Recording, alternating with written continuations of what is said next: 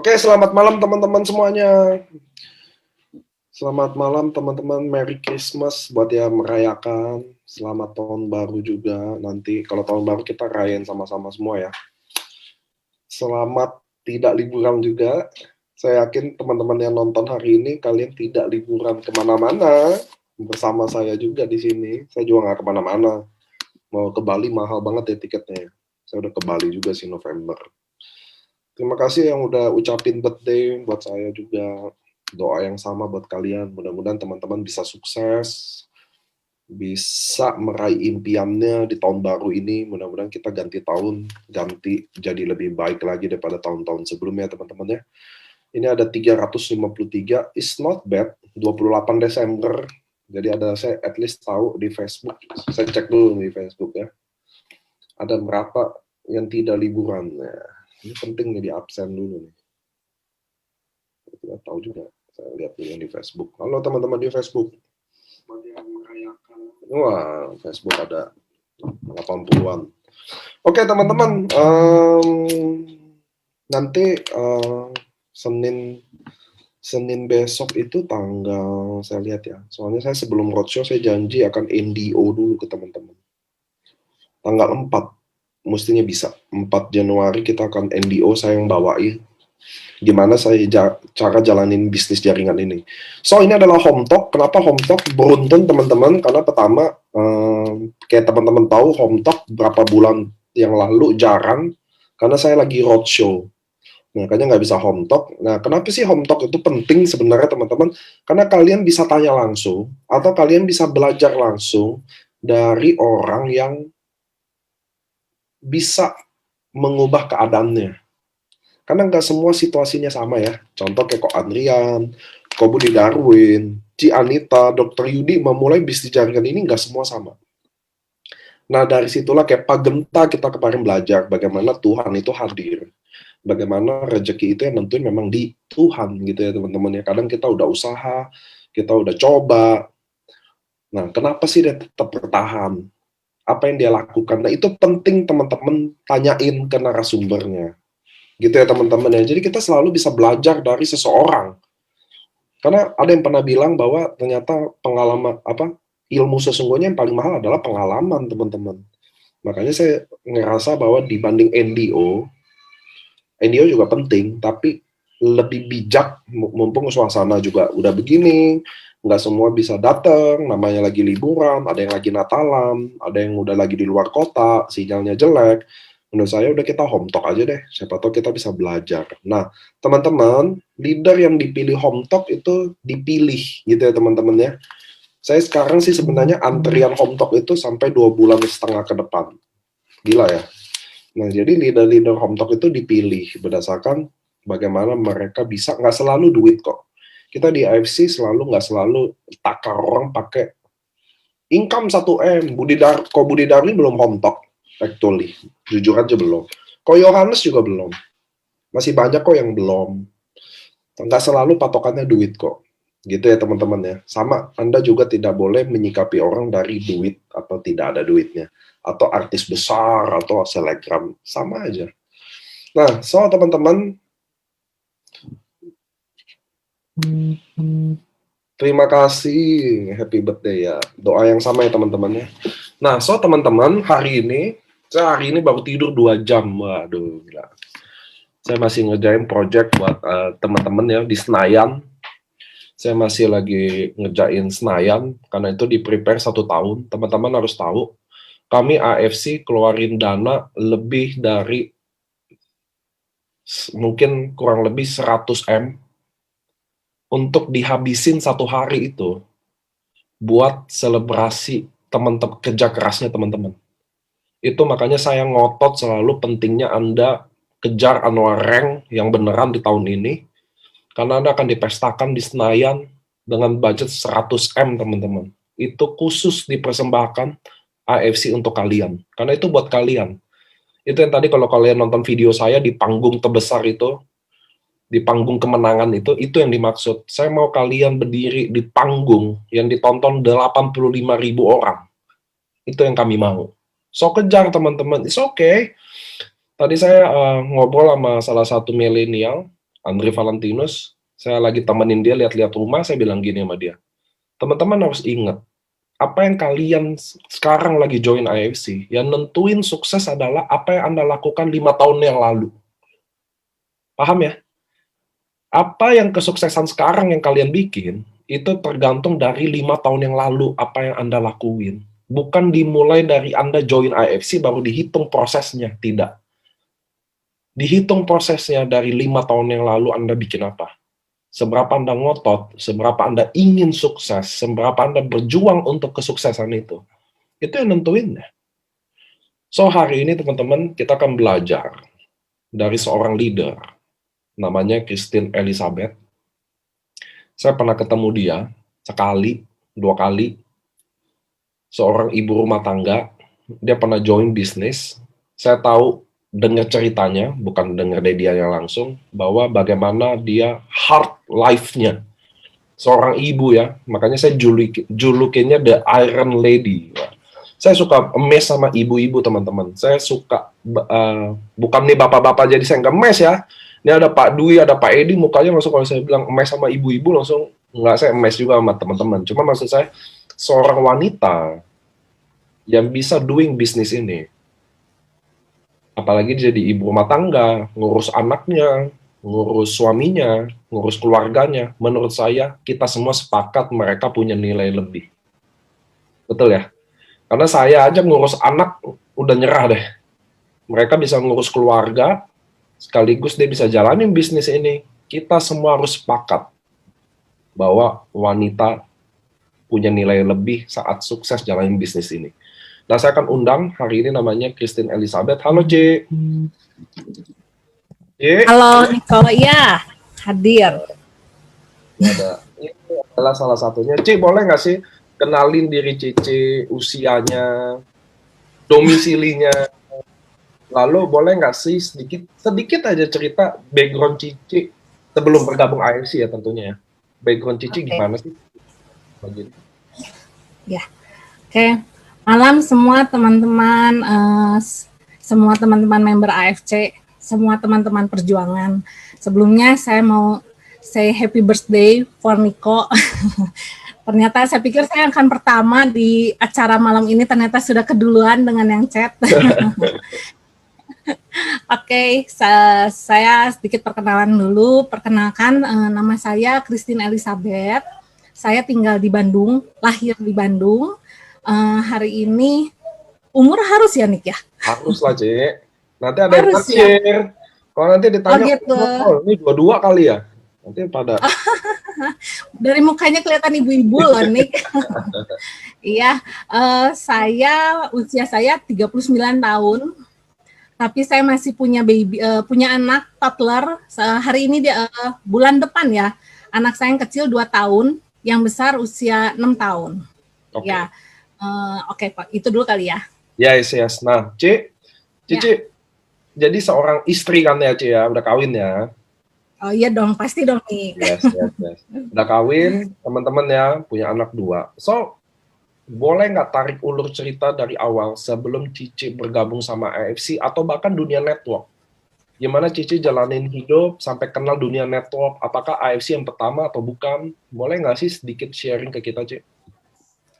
Oke, saya berharap sinyal di saya baik ya, kemarin soalnya sempat putus-putus. Oke ya, oke. Jadi saya di dunia networking MLM ini sebenarnya bukan yang pertama. Sebelumnya sempat beberapa ada teman saya sih sempat ada yang menjuluki, entah dari mana julukan itu disebutnya Ratu MLM. Karena saya udah ikut MLM dari saya masih kuliah, berarti sekitar tahun 2020 tahun ya, hampir 20 tahun yang lalu ya. Ya, kalau jumlahnya mungkin ada sekitar kurang lebih 10 MLM saya pernah ikuti. Ya, dan saya hari ini di AFC bukan karena saya hobi ya, tapi saya sudah sempat decision berhenti, istilah katanya apa ya, sama seperti teman-teman yang antipati, udah sempat enek gitu istilahnya dengan MLM, dan saya sempat memutuskan hanya mau kerja profesional, nggak mau MLM-an lagi. Tapi entah kenapa, mungkin saya memang jalan hidup saya di sini, ketika saya memutuskan itu, yang menawarkan adalah tante saya di MLM sebelumnya ya. Tante saya seorang dokter spesialis, dokter gigi spesialis yang saya tahu sangat pintar. Jadi membuat saya berpikir kenapa mau jalanin, akhirnya saya coba lagi. Gak kerasa nyobain itu saya udah nyoba selama 11 tahun di perusahaan sebelumnya. Nah, 11 ya tahun. kalau 11 tahun, ya. Bukan perjalanan yang bukan perjalanan yang mudah dan bukan perjalanan yang selalu menyenangkan, tapi ternyata itu semua bekal yang membawa saya hari ini ada di AFC seperti adanya hari ini. Yes, itu yang tadi saya bilang kan, kalau teman-teman harus tahu, kesuksesan Anda ada di sini ditentukan bukan dari waktu Anda bergabung di sini, tapi waktu dari apa yang Anda lakukan 5 tahun yang lalu. Exactly, berjuangnya. Nah, jadi kan Cici kan udah gabung banyak MLM. So, Cici bukan dari orang yang latar belakangnya anti MLM. Betul nggak sih? Ya. Ya, walaupun sempat ya. Sempat ya. Coba, apa yang bikin sekarang, Anda kan katanya MLM terakhir 11 tahun, betul ya? Ya, MLM terakhir ya. 11 tahun. Sampai hari ini masih berdiri tuh? Masih. Masih, oke. Dan termasuk salah satu MLM terbesar juga. Oke, so apa yang bikin Cici datang ke AFC? Tentu refernya tadi by Tante. Tapi gini, Ci, saya pun kalau jalanin bisnis 11 tahun, mau tante saya orang sehebat apapun suruh ngomong join nggak gampang loh. Karena biasanya kan gini, biasanya kita udah bukan fanatik ya, kita udah mencintai gitu ya. Biasa kita udah 11 tahun loh. Anak saya baru lahir 2 tahun aja, saya udah cintanya bukan banget. Nggak, tapi 11 tahun itu bukan waktu yang sebentar. Dan saya yakin ada driving yang lain mungkin yang bikin Cici bisa decide, kayaknya gue harus ambil AFC atau apa gitu. Nah, itu yang saya mau tahu why-nya. Apa sih yang bikin driving seorang Ci Christine Elizabeth yang udah main pengalaman network 20 tahun, 11 tahun di tempat yang terakhir, tapi akhirnya datang ke AFC ini. Itu yang mungkin teman-teman juga bisa pelajari why-nya kan. Karena di bisnis ini gini teman-teman, kalau kalian nggak bisa dapat why yang kuat, waktu Anda datang dan kenapa Anda harus sukses, it's impossible untuk sukses. Nah, itu boleh nggak sih Ci Christine sharingin ke kita? Apa sih driving yang paling kuatnya? Kalau saya pribadi nggak percaya kalau tante yang hebat spesialis itu, oke, Christine, jalanin ini, jalan gitu. Kalau saya, siapa tahu saya salah. Ya, betul sih. Kalau ngomong cinta, betul banget. Saya udah sangat mencintai perusahaan saya. Karena buat saya banyak hal lah ya. Saya bertransformasi di sana.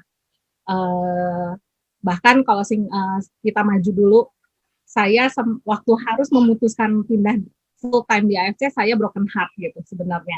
Karena harus memilih kayak seperti memilih dua antara dia dan satu dan kedua gitu kan.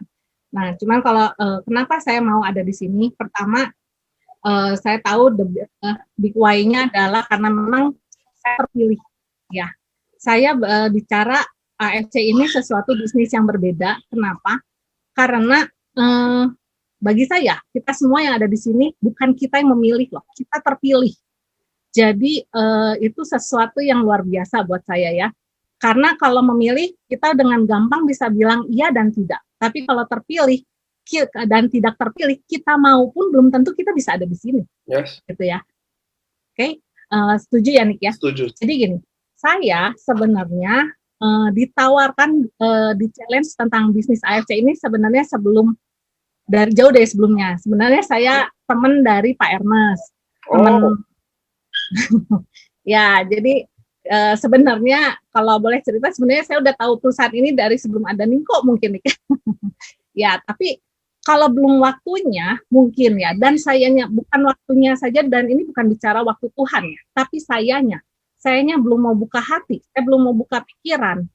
Berkat yang udah dikasih sebenarnya udah jatah saya, mungkin bisa lewat begitu aja, dan saya sempat menyesal kenapa nggak dari awal gitu. Karena saya yang ditawarkan yang pertama kali, perusahaan ini berdiri 2,5 tahun. Saya ditawarkan mungkin dari sekitar 4 tahun, saya tahu dari 4 tahun sebelum hari ini, 3,5 sampai 4 tahun.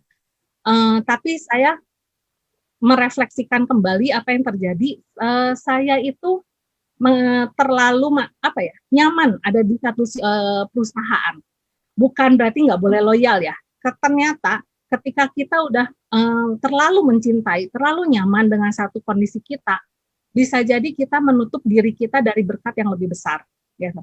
Dan saya ditawarkan itu, saya bahkan sempat kemarin, saya lupa kalau nggak salah, Pak Ernest waktu itu ada sempat ikut, kita undang di tim kita, beliau ternyata merasa, saya baru tahu sih kalau dia tahu, waktu Pak Ernest mau offering tentang AFC ini ke saya sebenarnya prospek dia balik gitu. Saya mau grab dia di perusahaan saya gitu. Akhirnya saya nggak memutus, saya bilang saya nggak bisa, saya udah di sini, saya udah jadi belum leader besar, tapi saya sudah ada di sini gitu, udah cukup lama. Saya mau ngomong zona nyaman. Apakah zona nyaman itu benar-benar nyaman buat saya? Tidak. Kenapa? Saya hanya sudah merasa terbiasa, nyaman dengan kebiasaan yang saya nggak usah berubah banyak lagi. Tapi kalau secara income, saya sudah nggak dapat banyak. Kenapa? Karena hari itu saya sudah repot dengan anak.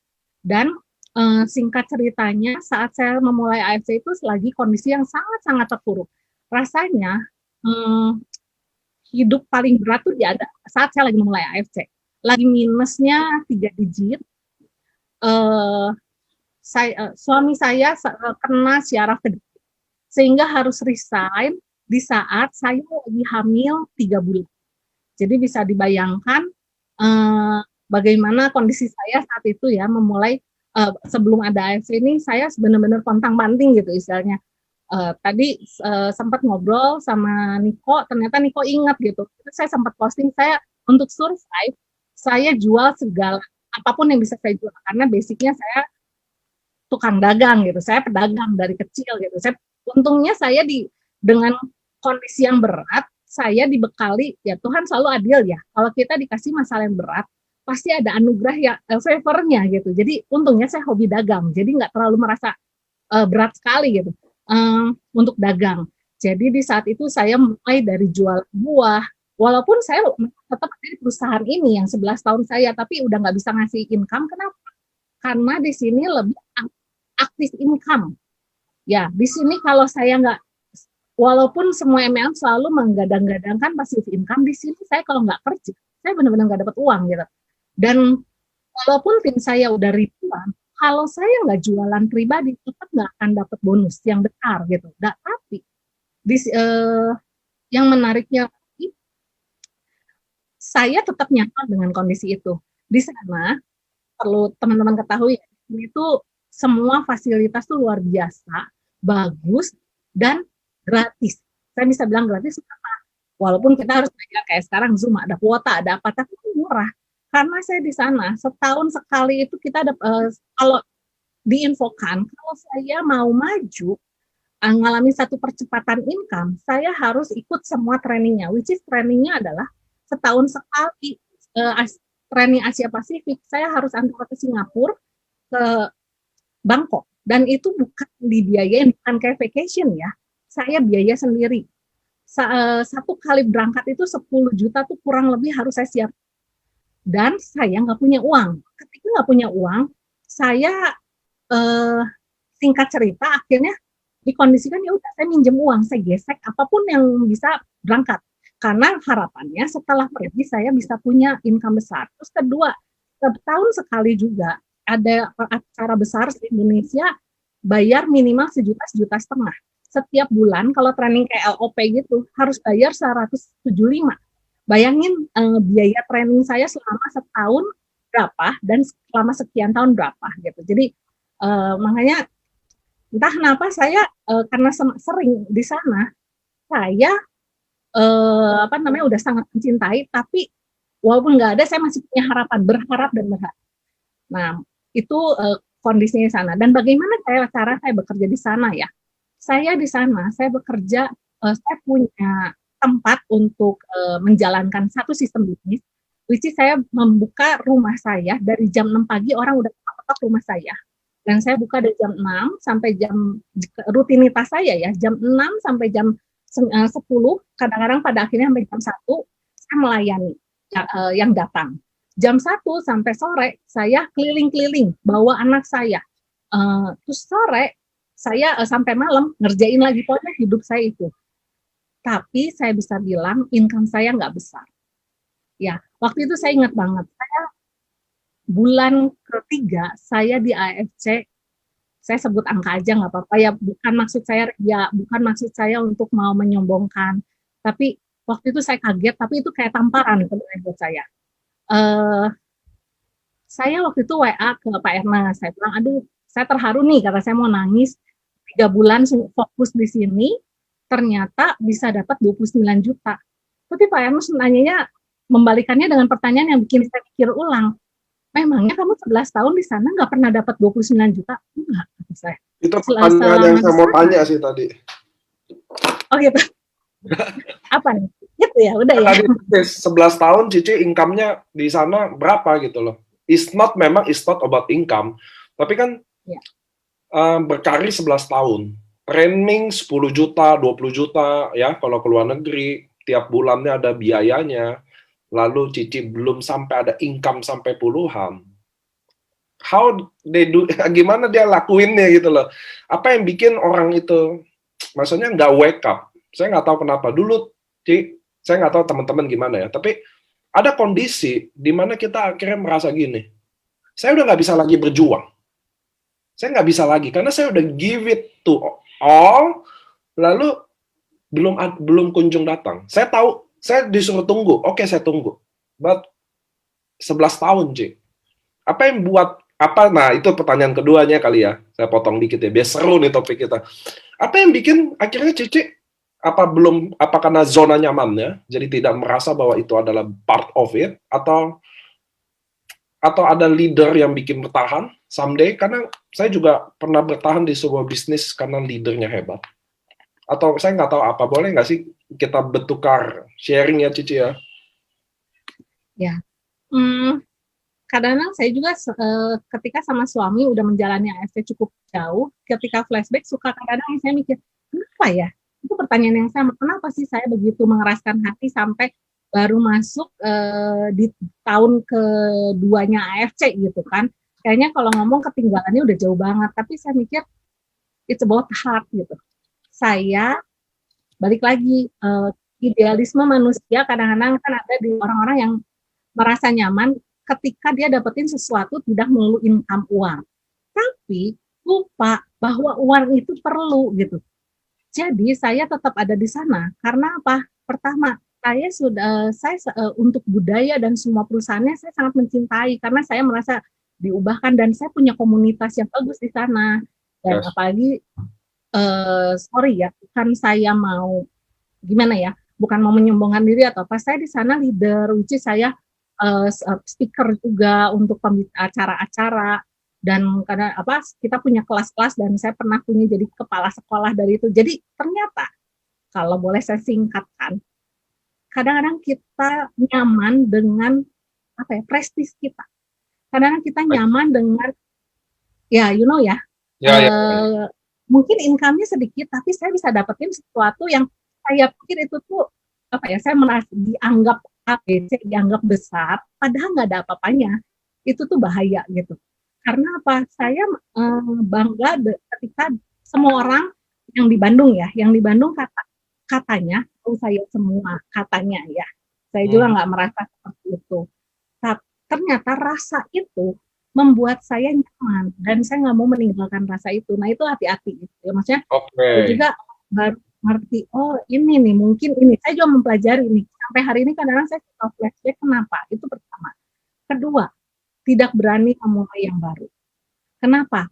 Saya berpikir, kadang-kadang kita punya apa ya, irrational belief, kebenaran saya dari psikologi gitu ya. Jadi kadang istilah-istilahnya kadang-kadang akhirnya saya menyimpulkan mungkin saya punya irrational belief gitu. Jadi saya berpikir, ketika memulai satu bisnis yang baru, itu melelahkan, males. Intinya memalas gitu. Malas harus mulai lagi, belajar lagi, apalagi saat saya punya anak dan lain-lain lah. Malas, ngerasa udah nyaman, udah mengerti, sok tahu lah gitu ya, ngerti udah di sini saya udah menguasai semua. Saya malas belajar lagi, malas membangun lagi, lelah. Biarinlah sedikit juga, tapi saya nyaman. Saya oke lah dengan itu, tapi saya lupa. kenyamanan ini membuat saya terlena seperti ilustrasi mungkin ada yang tahu kodok dimasukin dalam panci nyaman, dikasih air yang dingin nyaman, atau misalnya cerita monyet yang di angin sepoi-sepoi, tapi dia lupa suatu saat dia bisa jatuh gitu karena terlalu terlena. Dan saya nyaris jatuh. Kenapa? Apa yang membuat saya nyaris jatuh? Mungkin nanti next ya. Cuman tadi saya setelah lain ada pertanyaan, apakah saya masih di perusahaan sana? Udah enggak. Saya bakar jenggot. Saya mau nanya, waktu orang dalam posisi yang prestige, di mana dia mulai nyaman komunitas itu, bagaimanapun kan Don dan Cici melihat Cici sebagai mentor atau upline atau orang sukses, setuju ya? Bagaimanapun itu, apakah Cici bahasa nggak tahu susun kata bahasanya manis gimana, tapi apakah ada hidup dalam kepura-puraan? Contoh ketika ya kan Cici dianggap sosok yang sukses dong, dan saya kan yang tidak sukses pasti maunya kayak tolong dong, Cici kan udah sukses, Cici kan udah enak gitu. Apakah ada part of it, bagian dari kita kadang, padahal gue juga nggak ini sih, tapi gue harus gini. Ada nggak sih sisi itunya, Ci? Tuh Niko ya, menanyakan pertanyaan yang berat untuk dijawab gitu ya. Nggak dijawab juga nggak apa-apa. Karena Niko ini leader MLM. Jadi kadang-kadang kalau udah ketemu leader dengan leader MLM, udah pertanyaannya udah to the point, udah tajam silet itu bedahnya. Ya. Iya nih. Karena apa ya? Sejujurnya iya. Saya pernah ada di titik saya menangis. Kenapa? Saya tuh seperti harus hidup dalam kepura-puraan. Walaupun saya nggak ngomong jangan pernah berpikir perusahaan yang saya sebelumnya jelek, tidak. Oke. Saya sepakat perusahaan itu, ya. Perusahaan MLM manapun bagus, saya sepakat itu. Ya. Kenapa saya mencegah semua teman-teman yang bilang perusahaan di mana kita sebelumnya jelek, nggak boleh. Karena apa? Dalam kehidupan kita, Tuhan menempatkan itu dalam hidup saya menjadi mata rantai yang menyempurnakan saya ada hari ini. Perusahaan itu berjasa sangat besar. Saya tetap hari ini bisa bilang, perusahaan itu masih berjasa sangat besar bagi saya, sehingga saya bisa mencapai apa yang saya capai di sini. Gitu. Yes. Jadi, ya kita nggak boleh menjadi orang yang apa ya istilahnya kacang lupa kulit gitu. Saya tetap dilahirkan dari sana. Filosofi dari sana yang membentuk hidup saya. Ingat, manusia hidup dari kebiasaan, dan banyak kebiasaan saya yang terbentuk karena di sana.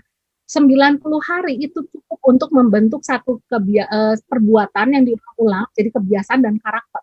Yeah. Bayangkan 11 tahun udah berapa banyak yang terbentuk di saya. Jadi ya seperti itu ya. Nah, sekarang teman-teman ada di sini harus membangun itu gitu.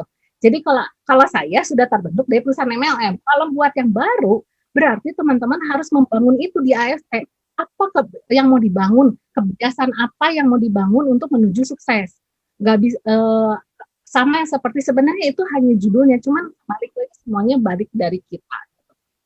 Ini tuh, sorry kalau kemana jadi kemana-mana ya, maksudnya ya pengalaman saya seperti itu ya. Makanya saya juga, kami di AFC selalu tidak pernah sekalipun menjelekkan networking manapun, sekalipun mereka juga menjelekkan kami, tapi saya selalu berulang-ulang bilang di sosial media saya, baik di WA, please, kita nggak boleh lakuin itu.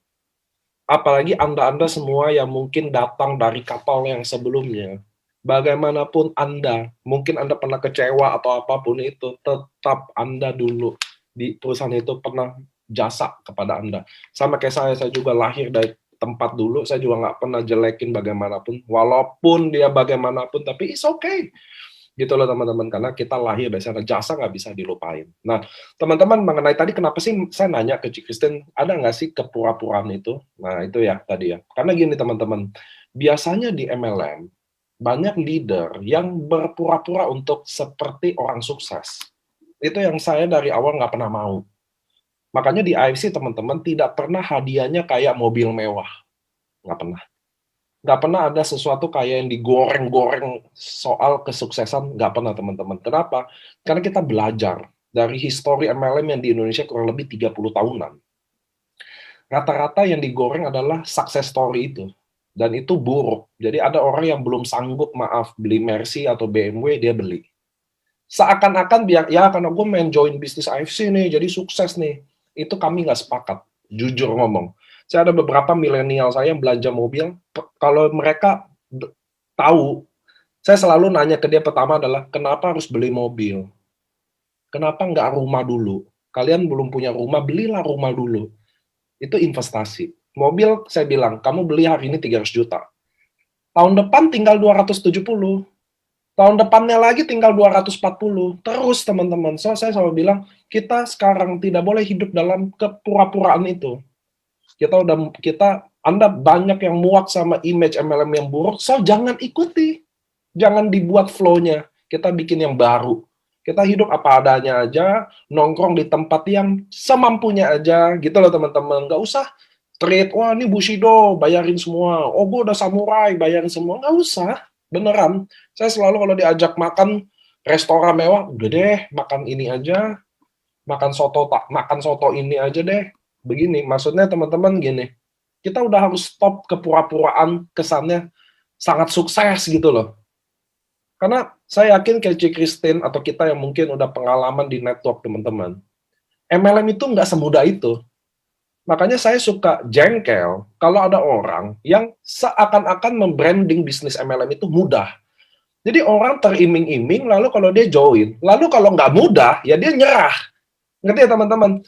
Di sini tidak mudah, tapi nggak susah. Gitu loh teman-teman, gitu adil ya. Jadi nggak susah, tapi nggak gampang.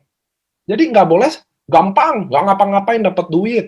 Oh, nggak boleh kayak begitu. Saya jujur paling jengkel sama ada leader-leader di Instagram kan kita saling tag-tagan ya. Kadang saya nggak post karena kesannya dia brandingin bisnis ini yang mudah. Maksudnya kita nggak boleh. Bisnis ini sulit, men.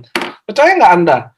649 orang hari ini yang join, termasuk Ci Christine. Percaya nggak, waktu Anda bergabung di bisnis ini, hidup Anda akan tambah sulit, karena teman akan mulai jauhin, saudara akan mulai bicarain, berisikin, semua orang akan cenderung menjauhi Anda, padahal nanti dia akan datang lagi ke Anda.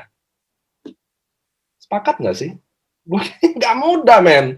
Jangan di-branding-brandingin kayak gitu. Gitu. Itu sorry ya, teman-teman, saya agak masuk di sini, karena saya nanya itu bahwa kita, teman-teman, kita udah muak sama kepura-puraan, bener gak sih? Ngapain sih kayak top wah gitu? Enggak, men. Jangan, don't do this. Jangan rusak citra yang kita udah bangun capek-capek berdasarkan kejujuran ini, integritas ini. So, Ci Christine, yang tadi saya cerita, waktu Anda decide bakar kapal, lalu Anda pilih AFC, itu pasti Anda ada di hard time pastinya ya. Di mana ada yang menganggap pengkhianat, ada yang menjauhi, ada yang udah bangun image buruk Anda. How Cici handle itu dulu? Karena saya yakin orang di 11 tahun di sebuah bisnis is not easy kayak ya udah gue pindah, gue jalan ini lagi kan gitu ya Ci ya. Pasti Cici ada ketemu hal-hal yang bikin Cici jadi lebih sulit. Bagaimanapun saya yakin itu ada. So gimana Cici handle ini? Ya. Sebenarnya mungkin kita mundur lagi ke belakang ya. Yes. Kapan saya memulai join ini? Saya join ini tuh bisa dibilang tanpa sengaja lah. Jadi leader saya adalah Silvi Kobudi. Mereka orang yang sangat sabar menunggu saya karena berapa kali mereka mau bikin appointment sama saya karena diutus Pak Ermas katanya untuk prospek saya. Cuma itu kalau saya tuh dari posisi yang tutup mata tutup kuping, kalau ada tahu MLM asuransi udah pasti tidak akan pernah ketemu saya gitu karena saya tahu pasti di prospek gitu kan. Tapi kan saya tahu karena itu saya terpilih, ada momen yang ada kejadian yang membuat saya bisa ketemu sama Ci Silvi, which is Ci Silvi aja adalah teman gereja saya yang udah berapa puluh tahun nggak ketemu, jadi ya udah sambil ngobrol dan saya udah pasang kuda-kuda sebenarnya. Semoga Ci Silvi nggak denger ya. Saya udah pasang kuda-kuda, wah gue pasti bakal di prospek ini, gue jawabnya ini, udah nyiapin, sebenarnya ketemu tuh udah punya satu skenario gitu kan, akan gimana, tapi ternyata Ci Silvi prospek saya dengan gaya yang berbeda, karena kan beliau belum pernah MLM, ternyata kepolosannya, ketulusannya itu terasa oleh saya. Jadi maksudnya hati-hati ya kita tuh para bisnis konsultan, saya sebut konsultan ya di AFC, kita bukan sales, kita bukan marketingnya AFC. Yes. Para konsultan ini jangan sampai membawa kesan kita ketemu orang tuh ketemu duit gitu. karena ini yang selalu di semua perusahaan MLM tekankan. Lihat orang, lihat duit, berapa banyak yang kita bisa grab dari orang itu yang membuat orang benci sama kita. Nah, dan kalau kita udah punya pikiran mau nge-grab uang konnichiwa dari orang itu pasti ngerasa loh. Nah, saya nggak merasakan itu dari Cici Ovi. Dan akhirnya dengan cerita ternyata Cici Ovi berhasil membuat saya open mind dari mana? Pertama, bukan dari betapa hebatnya SOP ini. Karena gini, di bisnis MLM manapun, semua produk punya testimoni yang istilahnya cuma satu yang nggak bisa bangkitin orang mati jadi hidup gitu. Benar ya, Nick ya? Betul. Semua testimoni yang hebat tuh banyak gitu. Jadi buat saya kalau bilang ini SOP bagus, udah biasa aja gitu ya. Kalau income bagus, buat saya biasa aja. Kenapa? Karena di semua MLM akan banyak yang lebih dan saya udah di posisi ini. Saya tahu di luar banyak yang income gede, tapi saya akan tetap ada di sini karena saya udah saya udah kayak ini udah akad nikah sama perusahaan ini gitu. Jadi mau lihat ada rumput tetangga lebih hijau nggak masalah. Yang saya miss adalah saya bisa terbangun loyalitas di sini. Tapi apa teman-teman yang membuat saya tertarik? Satu, hatinya Pak Ernest untuk kemanusiaan. Ketika Cicil bagian bagaimana perusahaan ini berdonasi, terus bagaimana perusahaan ini mau jadi berkat untuk keuangan dan kesehatan. Ini satu kata-kata yang membuat saya akhirnya itu loh yang membuat saya mau ada di sini. Karena apa? Saya udah capek, yaitu hidup dalam kepalsuan, hidup dalam kepura-puraan. Bukan berarti saya di perusahaan lama hidup dalam kepalsuan, enggak. Yes, karena perusahaan yang sebelumnya masih oke gitu dibanding yang lain. Tapi di sini saya merasakan satu ketulusan. Saya merasakan dari cuman bisa hati saya merasakan bagaimana perusahaan ini benar-benar terus mau menolong kita. Fokusnya bukan perusahaan, fokusnya bukan keuntungan perusahaan, tapi fokusnya keuntungan para membernya. Itu yang membuat saya join. Tapi perlu diingat, nggak segampang itu juga gitu ya. Nggak ada tuh namanya closing leader MLM sekali prospek langsung join, rasanya itu mustahil. Benar ya, Nick ya? Saya di prospek, closing statement saya sama Cici apa? Pasti mungkin sebenarnya buat yang baru bikin merinding gitu ya, rada takut kayaknya sama saya. Saya ngomong gini, Sil, kebenaran teman ya, Sil, jangan pernah follow up saya. Karena buat saya, kalau tempat saya ada di sini, nggak usah di follow up, saya akan kejar, saya akan cari dan saya akan menyerahkan diri untuk masuk. Tapi kalau tempat saya bukan di sini, mau di follow up 1000 kali ya saya nggak akan pernah pindah. Gitu. Tapi balik lagi, saya terpilih. Jadi saya waktu itu ingat banget, saya bilang, Sil, saya mau. Nah, saya yang ngomong, langsung saya ngomong, saya mau. Kata saya dengan perenungan panjang, akhirnya saya bilang saya mau.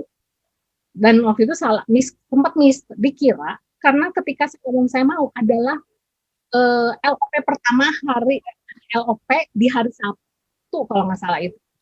Saya ingat banget, ikutnya Dr. Armin. Saya datang langsung, begitu saya ngomong oke, sejam kemudian ada LOP, saya langsung berangkat, dan saya datang, saya nggak punya uang loh. Saya nggak punya uang sepeser pun buat modal, tapi saya cuma punya teks, gitu ya. Setelah saya join, teman-teman jangan kira saya gampang karena udah jalanin langsung bisa closing. Saya perlu 2 bulan untuk closing pertama saya. So, Cici saya bergabung sampai bisa joinin orang butuh 2 bulan. Ya. Padahal kalau itu karena Cici nggak fokus, atau Cici butuh waktu, atau Cici lagi belajar ulang? Mungkin saya cerita apa yang saya lakuin ya. Saya nggak diem loh tiap hari. Saya gunakan loh sistem yang saya pakai sebelumnya. Setiap hari saya closing saya prospek 10 orang. By phone, manapun yang saya bisa, yang pasti saya harus ngomong ke 10 orang minimal. DM di komitmen Cici ya, 10 orang tiap hari. Oke. Setiap hari. Saya DM orang, saya DM Japri, DM Japri, dan saya atau telepon orang. Itu setiap hari. Bayangin selama 2 bulan dikali 2 bulan berapa. Andai kata saya benar 10, karena ketika saya DM, kalau feeling saya dapat, saya bisa DM bisa lebih dari 10 orang. Dan apakah mereka ngerespon? Enggak. Kadang-kadang saya dicuekin, tapi saya sudah biasa dicuekin orang gitu. Malah saya berpikir, apa yang bisa bikin mereka, bagaimana saya bisa attract mereka untuk merespon apa yang saya offering gitu. Bukan saya baper. saya nggak baper karena saya berarti salahnya di saya. Mungkin apa yang saya offering ke mereka, caranya, cara approach dan materinya nggak menarik buat mereka, nggak pengen mereka ngerespon gitu. Akhirnya saya tiap hari saya coba kemas lagi. Kayak sekarang kan semua bisnis itu bukan lagi isinya enak atau enggak, betul. Sekarang bisnis itu packagingnya mana yang paling bagus, itu yang isinya nggak enak nggak apa-apa, yang penting packagingnya bagus. Nah sebenarnya kita tuh sama, bagaimana kita mempackage bisnis ini gitu, membuat mereka tertarik, minimal mau menoleh gitu. Saya selalu berpikir gimana caranya. Nah sampai akhirnya saya ingat tiap itu belum corona, saya join di bulan November. Saya join di bulan November. Setiap hari juga saya pergi. Kalau nggak salah saya tetap harus ngomong sama orang minimal 1 atau 2 orang. Ketika saya ngomong sama orang, saya titip anak saya dulu ke mama saya. Kalau nggak ke yang kerja, saya pergi. Saat itu sampai satu hari saya nangis di jalan. Udah itu di 2 bulan gak ada yang closing. Begitu berat sampai saya bilang, Tuhan mungkin tempat saya nggak di AFC, saya mau balik lagi aja. Pasti teman-teman ada yang notice nih, kenapa saya nggak pasang di status gitu kan. Saya tadi cuma sebutin yang lain, saya nggak ngomong di status dan feed IG karena saya masih ada di 2 prah, karena saya masih menjalankan itu. Karena kan gini, saya mindset saya gini, jaga-jaga. Kalau saya udah buang ini, udah posting-posting, ternyata AFC nggak jalan, matilah saya gitu kan. Bayangin saya memulai kan suami lagi nggak kerja loh, dengan anak masih umur sekian gitu, masih umur belum setahun, waktu itu masih berapa bulan. Untuk ketemu prospek orang kadang-kadang, sorry waktu itu saya nggak bisa nitip anak ke mama saya. Ada kalanya saya sama suami waktu itu udah udah bisa pergi. Kadang-kadang kita mobil lagi dipakai, kita naik motor berempat bawa anak prospek. Which is waktu saya datang mau ngomong, anak saya tantrum selama 30 menit kayak gitu. Itu ngalamin perjalanan yang gak mudah. Tapi ketika saya nangis, saya bilang, kan kalau memang saya cuma bilang, saya ngasih, bahkan kalau ngomong ya, saya bilang, saya kasih kesempatan seminggu lagi.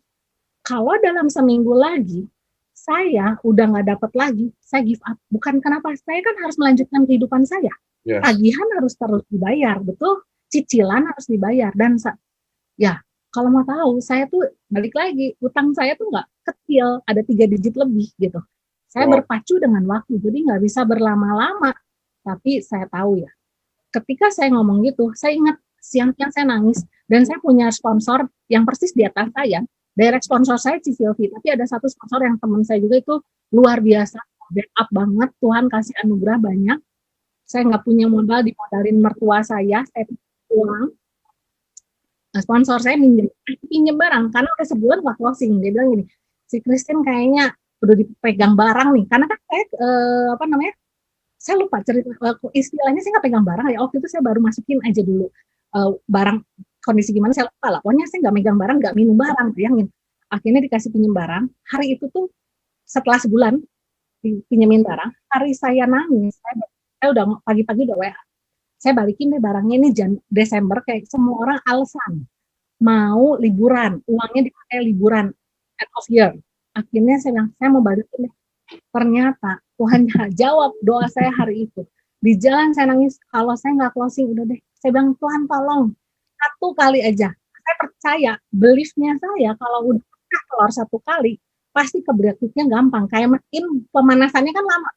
Tapi kalau udah panas, muternya cepat gitu. Mindset saya seperti itu. Ternyata saya belum sempat balikin barang saya saat saya lagi nidurin anak saya nggak, tanpa neni ya. Yang bantu saya cuma bantu di rumah, bukan neni, bukan pengasuh saya. Saya lagi tidur, tiba-tiba saat lagi nidurin anak saya, tiba-tiba ada WA gini. Orang yang pertama saya prospek, punya barang nggak? Sampai saya kaget. Maksudnya apa, kata saya. Mau nanya-nanya stok atau apa gitu. Ternyata dalam 5 menit dia transfer. Akhirnya saya bilang nggak jadi nih balikin. Itu closing pertama. Sampai capek ya dengerinnya juga ya, kebayang ya kayak gini. Tapi ini menarik banget karena saya kan home talk banyak teman-teman ya. Karena Zoom dari bulan Maret ya, ini udah Desember, which is kita full. Saya baru dengar bahwa ternyata bahwa kita tidak memilih, tapi kita yang terpilih. Itu bagus banget kata-katanya.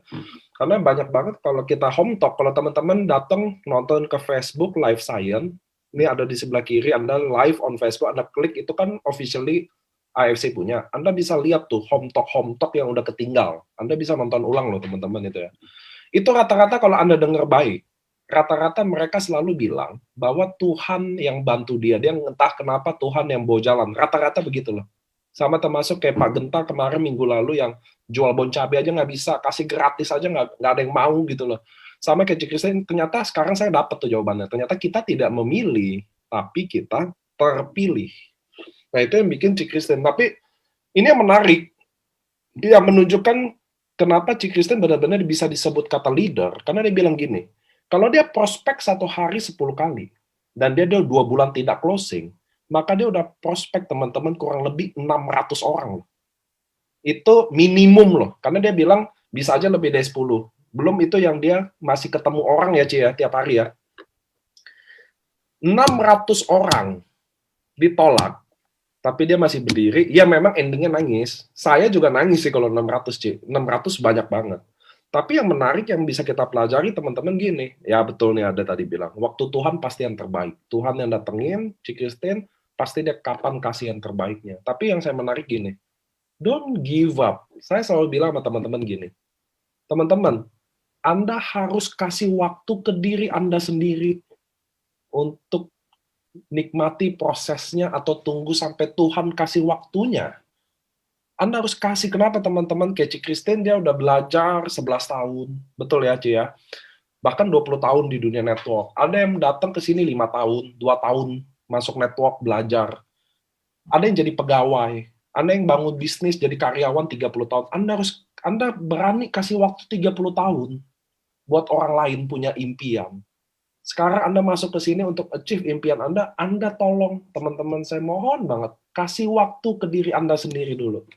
Kasih waktu biarin Tuhan bekerja. Kasih waktu bahwa proses Anda beneran ternyata nanti akan ada hasilnya. Semua butuh waktu, teman-teman. Jangan pakai kacamata orang. Itu aja prinsipnya. Jangan lihat kok yang di sana jalan langsung kenceng. Kok gue mulainya kayaknya terseok-seok banget gitu. Enggak. Karena Tuhan yang punya cara. Ada yang memang amal ibadahnya kenceng, teman-teman. Ya jalannya kenceng. Kita amal ibadah agak nggak terlalu bagus ya agak lambat-lambat gitu ya, Ci ya. Saya motong dikit karena saya mau member itu dapat pelajaran dari setiap kata-kata itu. Jadi saya habis Cici selesai, saya ambilin rangkuman biar mereka bisa telaah gitu loh. Karena 600 prospek setiap hari sampai 2 bulan nggak gampang. Seriously, sepakat nggak? Kita ada 693 orang di sini. Nggak sama sekali gampang untuk keep doing. So lanjut, Ci. Jadi Cici bulan ketiga kan 2 bulan tuh. Jadi jalan 2 bulan lebihnya udah bisa closing 1 kan? Iya. So selanjutnya gimana? Apakah langsung datang sesuai keinginan? Apa ternyata ya sekali aja? Boleh sih lanjutin nih story-nya nih. Kayaknya harusnya sih kalau bikin skenario udah gitu happy ending gitu ya. Ternyata enggak kok. Ternyata itu baru awal dari long journey. Karena dari situ saya nggak closingnya oke dan nggak jalan loh bisnisnya sampai di bulan keempat. Oh ya? Jadi jangan kira, iya. Saya baru bulan jalan, makanya saya bilang kan 10 bulan saya dapat income segini, itu bulan keempat baru Februari. Jadi itu terus terang Ci Silvi aja nyaris menangis karena tahu saya betapa saya berjuang tapi nggak dapat sampai dia bilang aduh dia pun hampir menyerah gitu. Tapi untung ya saya masih dikasih secercah terang harapan bahwa saya masih bisa mencoba ini gitu. Tingkat cerita saya sampai ngomong sih sama Silvi, kenapa ya hidup udah putus asa lah, pokoknya udah putus asa lah. Kenapa istilahnya kalau orang lain liku-likunya cuma 10, saya mah semua orang kan pasti punya liku-liku.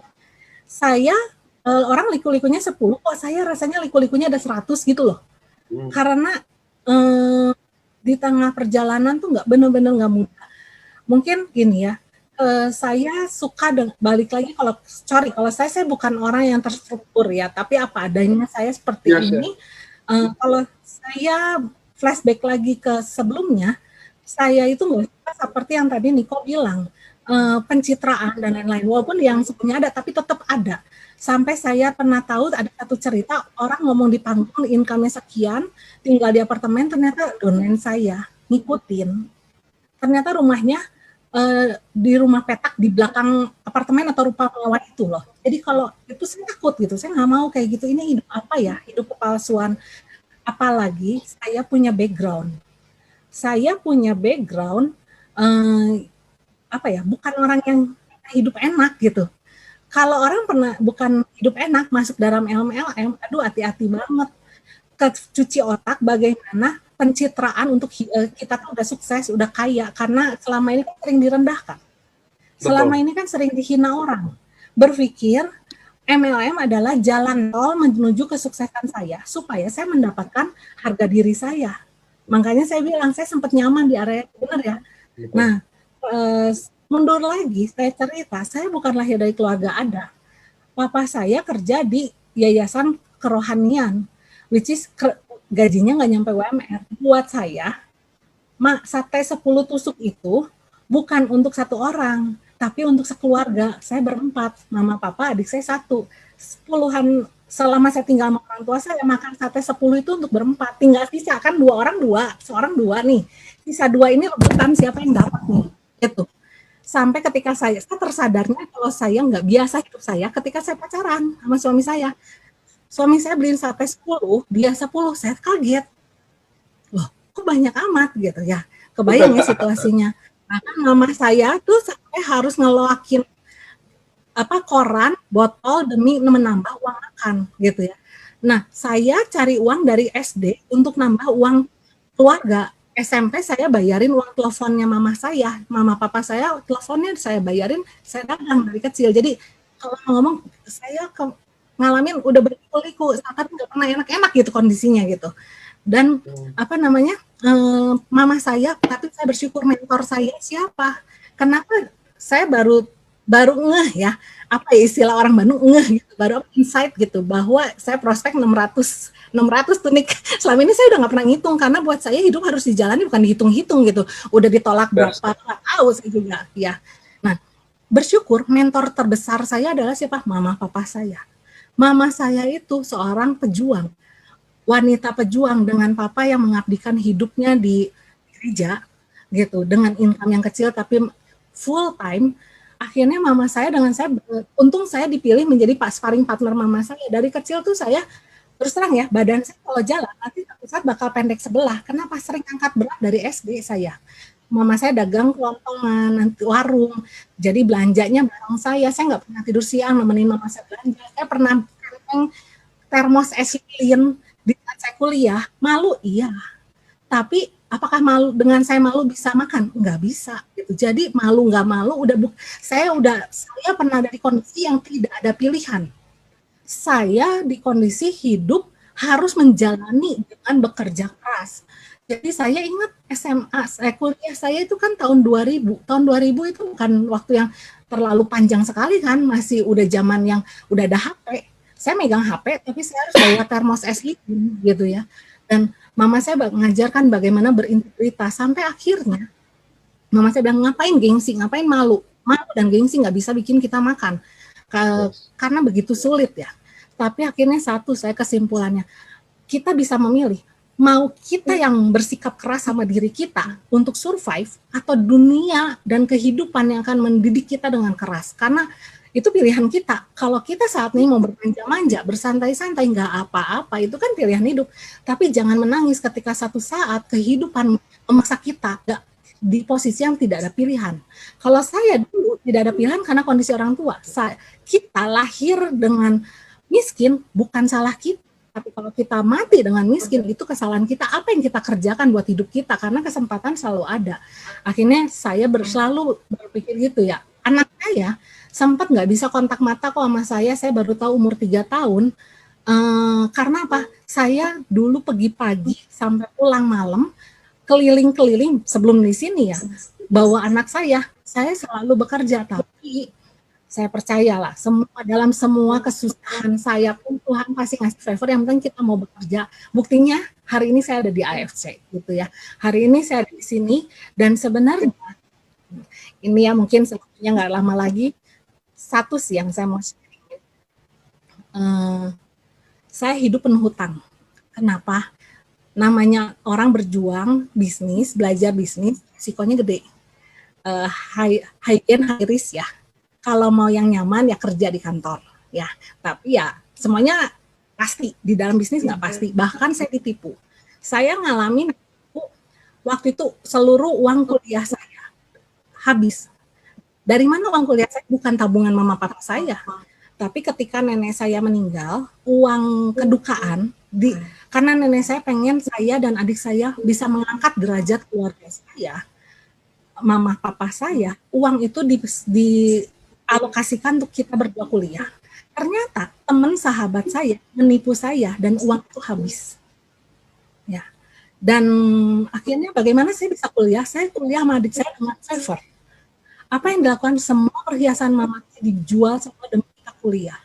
Saya ngalamin kalau di saat saya nggak punya ongkos, saya jalan kaki.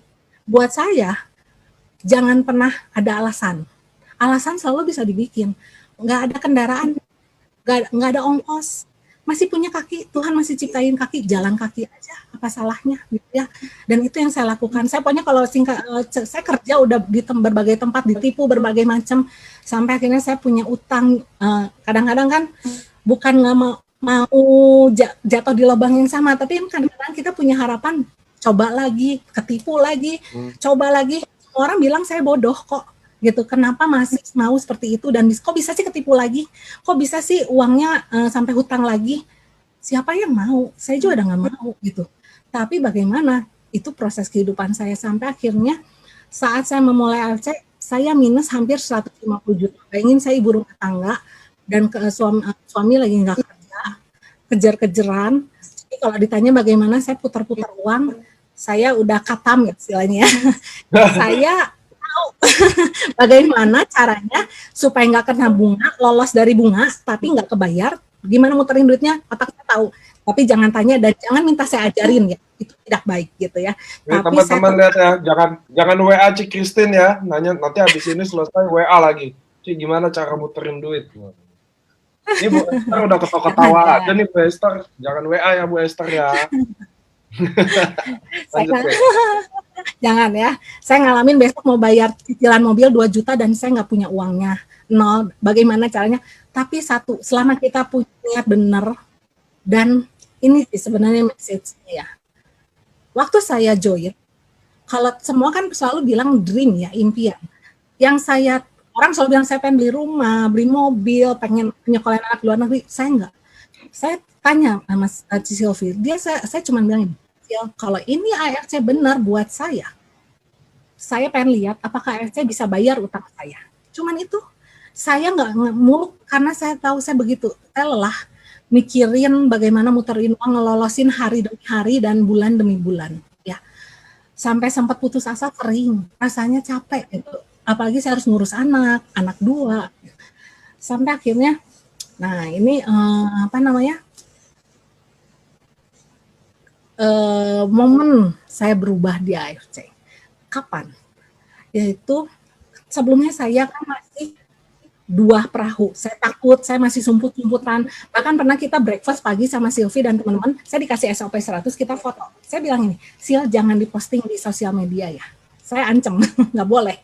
Karena saya gini loh, kalau leader MLM itu, walaupun leader besar, leader kecil, whatever lah ya, kita tuh nggak semudah itu. Bagi teman-teman yang memulai di AFC tanpa embel-embel jabatan dan lain-lain di perusahaan lain, itu lebih mudah, lebih bisa lari lebih kencang dari awal. Saya startnya berat. Apa yang ketakutan saya besar. Kalau saya harus jalan ini, saya posting, tiba-tiba semua order hilang dan saya nggak makan gimana? Ya. Saya kalau misalnya saya posting, ternyata saya nggak jadi di AFC, tapi semua image saya udah jelek. Saya nggak akan dipakai lagi sebagai speaker lagi di sana, dan itu pasti udah potong kompas bukan kesuksesan, kegagalan saya. Belum lagi diomongin, belum lagi saya masuk di komite Bandung. gitu. Udah pasti saya kayak ada MPR DPR di Bandung yang mungkin bisa saya di sidang gitu. Berat, itu nggak mudah buat saya loh. Ya, you know, Niko, lu ada di bisnis MLM pasti tahu bebannya. Seorang leader pindah kapal itu bukan hahaha itu, perih itu. Nah, ini yang ditanyain ya. LOP kedua, LOP saat Niko datang itu mengubah segalanya. Dari closing pertama ke closing berikutnya itu perlu beberapa bulan, nggak mudah. Bahkan saya pernah diklaim, pasti nggak ada yang pernah, nggak tahu ya, satu kotak dibilangnya isi kurang 1 loh, 27, dan dia komplain. Mungkinkah Jepang melakukan itu? Dan dia minta ganti, sampai saya akhirnya bikin surat bermeterai. Saya tahu saya dibohongin, tapi ini yang ngebohongin oma-oma, umur 74 tahun. Dan dia fight, saya demi Tuhan, karena begini. Saya juga harus bikin, saya bikin bermeterai. Nah, terus nanti ada yang udah beli, udah dijadiin member, ngekeh pengen dibalikin dengan marah-marah, ngamuk-ngamuk. Emang closing pertama dan selanjutnya saya mudah tidak sampai sponsor saya bilang, lu teh kenapa sih? Kenapa? Udah mas susah. Begitu dapetnya aneh-aneh. Saya nggak tahu gitu ya. Tapi akhirnya, apa yang membuat saya stay sampai hari ini? Apa yang membuat saya membakar kepala saya ketika perjumpaan dengan Niko gitu ya. Tapi ya nggak bisa dipungkiri. Iya nih, pertemuan kita waktu itu ya. Jadi waktu itu Niko datang, karena kan sponsor saya bukan orang MLM, jadi hot button itu nggak dapet. Tapi saya dapat ketulusan. Jangan kira ya, saya kalau yang datangnya Niko pertama kali prospek saya nggak akan mau loh. Saya pasti nggak akan mau pernah. Niko mau kejar saya sampai di mana, jebak saya nggak akan pernah berhasil. Tapi ternyata ketulusannya si Sylvia Makobudi itu yang meluluhkan saya, itu buka pintu hati saya. Jadi tiap orang tuh punya mata rantai tersendiri gitu. Nah, ketika tapi saya perlu hot button untuk drive saya untuk fighting apa kekuatan saya dan sesuatu yang ketemu nyawanya lah. Karena saya bukan orang yang setengah-setengah. Saya kalau mau jalan, tidak dan alasannya apa? Saya harus jalan. Gak mau sih alasan yang ngambang yang ingin dapat uang. Kalau dapat uang aja mah nggak usah di MLM, kerja aja jualan juga pasti dapat uang gitu ya. Kalau cuma mau dapat jualan doang, kalau aktif income, kalau mau aktif income ya nggak usah di MLM. Mau jualan baju juga aktif income, mau buka toko itu aktif income. Toko buka dapat duit, toko tutup nggak dapat duit, apa bedanya? Ya, di sini saya mau mencari yang beyond dari semuanya itu gitu. Karena apa? Satu, saya kasih kunci ya dulu, ini sebenarnya utang saya sama Niko waktu di voice note terakhir. Niko, saya pengen sharing apa sih yang membedakan MLM kita dengan yang lain, apa hot buttonnya kalau kita ketemu MLM lain. Satu kata, stabil income. Ya, stabil income itu saya tekankan teman-teman yang mungkin ada yang nggak paham, tapi kalau yang ada di MLM pasti Anda paham. Mungkin yang kerja juga, kalau yang kerja itu stabil income ya. Tapi kalau yang usaha, mungkin Anda paham. Stabil income, bahkan income naik, itu sesuatu yang buat saya sangat-sangat powerful di AFC. Kenapa? Di tempat lain, nggak hanya di tempat saya sebelumnya, hari ini saya bisa kaya. Bisa dapat income 10 juta, 20 juta. Besok saya bisa 0. Besoknya lagi bisa 3 juta, besoknya lagi 7 juta, tapi besoknya lagi cuma 1 juta dan bisa 300.000. Saya kalau mau dikasih lihat kayak di kita istilahnya apa ya, yang itu kan akunnya AFC kita kan itu ada income per tahunnya. Saya bisa kasih lihat tapi saya nggak mau ya, karena di sini bukan kita untuk ini ya. Cuman saya mau ngasih tahu teman-teman harus paham ini stabil income. Itu yang membuat saya stay di sini. Ya mungkin kalau teman-teman saya mau nge-grab MLM lain, ini satu kata kunci loh teman-teman, stabil income. Dan saya yakin semua yang dengar kata ini dari yang meremehkan kalian pasti akan langsung noleh. Kenapa?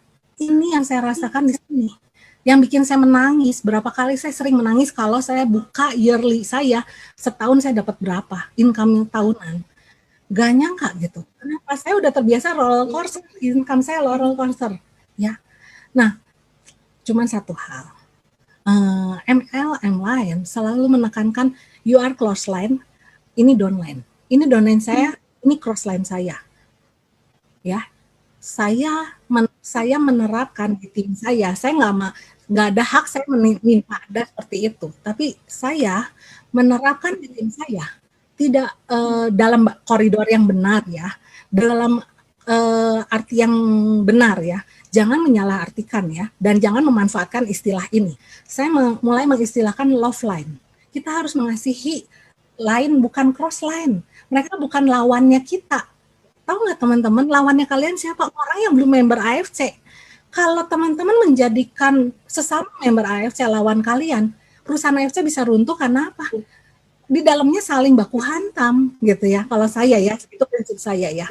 Jadi saya punya WA group, isinya tuh udah full, tapi apakah itu isinya semua tim saya? Bukan. Banyak tim yang leader saya bareng-bareng, nggak apa-apa. Karena buat saya kebaikan itu akan kembali dan berpulang pada yang empunya. Ketika saya membagikan ilmu seperti ini, hari ini kalau saya mau pelit gitu, nggak bisa aja soal kata stabil income itu saya keep hanya buat saya doang dan tim saya. Tapi ketika saya bagikan, dan mungkin teman-teman banyak yang prospek dan berhasil, misalnya nih, ini bukan kegeeran ya, misalnya, satu kata ini membuat open mind dan membuat banyak closing, emang saya dapat apa? Apakah saya dapat royalti dari teman-teman semua? Enggak.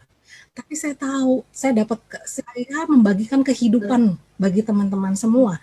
Maka kehidupan bisnis saya juga akan menjadi makin berlimpah. Gitu. Jadi saya sangat percaya itu gitu. Saya sangat percaya kalau saya mau berbagi ilmu tapi dalam koridor yang benar ya. Karena gini, kita harus hargai, ini kayak rumah tangga. Kita nggak boleh ikut campur rumah tangga orang. Kita nggak boleh ikut campur grup orang. Dia punya leader sendiri. Tapi kita boleh sharing. Tapi maksudnya ngerti ya, saya percaya teman-teman semua dewasa gitu. Jangan ikut campur, ikut ngedidik anak orang. Salah-salah, menurut kita benar, menurut mereka belum tentu benar. Nanti kita bisa ketempuhan. Cuman maksud saya gini, paradigmanya itu jangan mengkotak-kotakan. Saya merasa saya grow ketika di bisnis sebelumnya, saya sering nolongin orang, tim-tim lain, yang ayo kita menyemangati minimal dengan apa sih? Kalau kita nggak punya ilmunya, karena masih baru, minimal menyemangati teman-teman. Dan jangan pernah sama closingan orang lain. Itu mangkok nasinya dia, bukan mangkok nasinya kita. Jangan berpikir, aduh sama dia, coba kalau misalnya saya duluan, pasti sama saya. Belum tentu. Karena itu mangkoknya dia. Jatahnya dia yang udah Tuhan kasih buat dia. Mau kita lebih dulu pun, kalau bukan punya kita, nggak akan pernah nyampe loh ke kita. Dan jangan pernah merebut mangkok nasi orang. Kalau kita merebut mangkok nasi orang, mangkok nasi kita juga akan tumpah loh, gitu ya. Jadi itu sih prinsip-prinsip yang saya pegang gitu. Karena saya berpikir gini, tabur tuai. Hal yang positif akan menuai banyak, tapi hal yang negatif pun jangan lupa itu akan kita tuai banyak. Satu jagung itu ditabur dari satu biji jagung menjadi puluhan ribu. Kebaikan kita yang kecil akan kita tuai puluhan ribu, banyak kebaikan akan balik pada kita. Demikian pula yang salah, yang jahat dari kita. Makanya saya sangat menjaga integritas karena saya selalu ingat itu. Kadang-kadang ya tergoda selalu ada masih manusia untuk misalnya ya rada ini mah kan dosa putih katanya ya. Saya yakin nggak ada dosa putih, dosa hitam. Pokoknya intinya mikir gini, kalau kita diperlakukan kita mau nggak? Kalau nggak mau berarti jangan melakukan itu gitu. Terus sorry kenapa ke sini ya? Nah, saya balik lagi. Hutang saya itu tuh beban yang terbesar. Kenapa? Saya masih punya utang dari 20 tahun yang lalu. Dan kenapa saya menangis? 20 tahun yang lalu nih kok. 20 tahun yang lalu. Yang saya nggak mampu bayar. Ya, adik saya lulusan accounting. Adik saya beliau adik saya ini terlalu kasihan gitu sama saya, melihat saya berjuang sana sini ditipu, namanya orang nggak bayar ditipu, udah sering sampai adik saya bilang, Ci kalau misalnya lu uang kekumpul semua kayaknya udah kebeli rumah, kebeli mobil, kebeli segala, tapi hari ini saya nggak punya rumah, saya punya mobil karena terpaksa waktu itu harus kerja bawa anak saya dari 5 bulan saya bawa setiap hari pagi sampai malam sampai kena pneumonia. Waktu itu saya berjuangnya tuh sampai titik.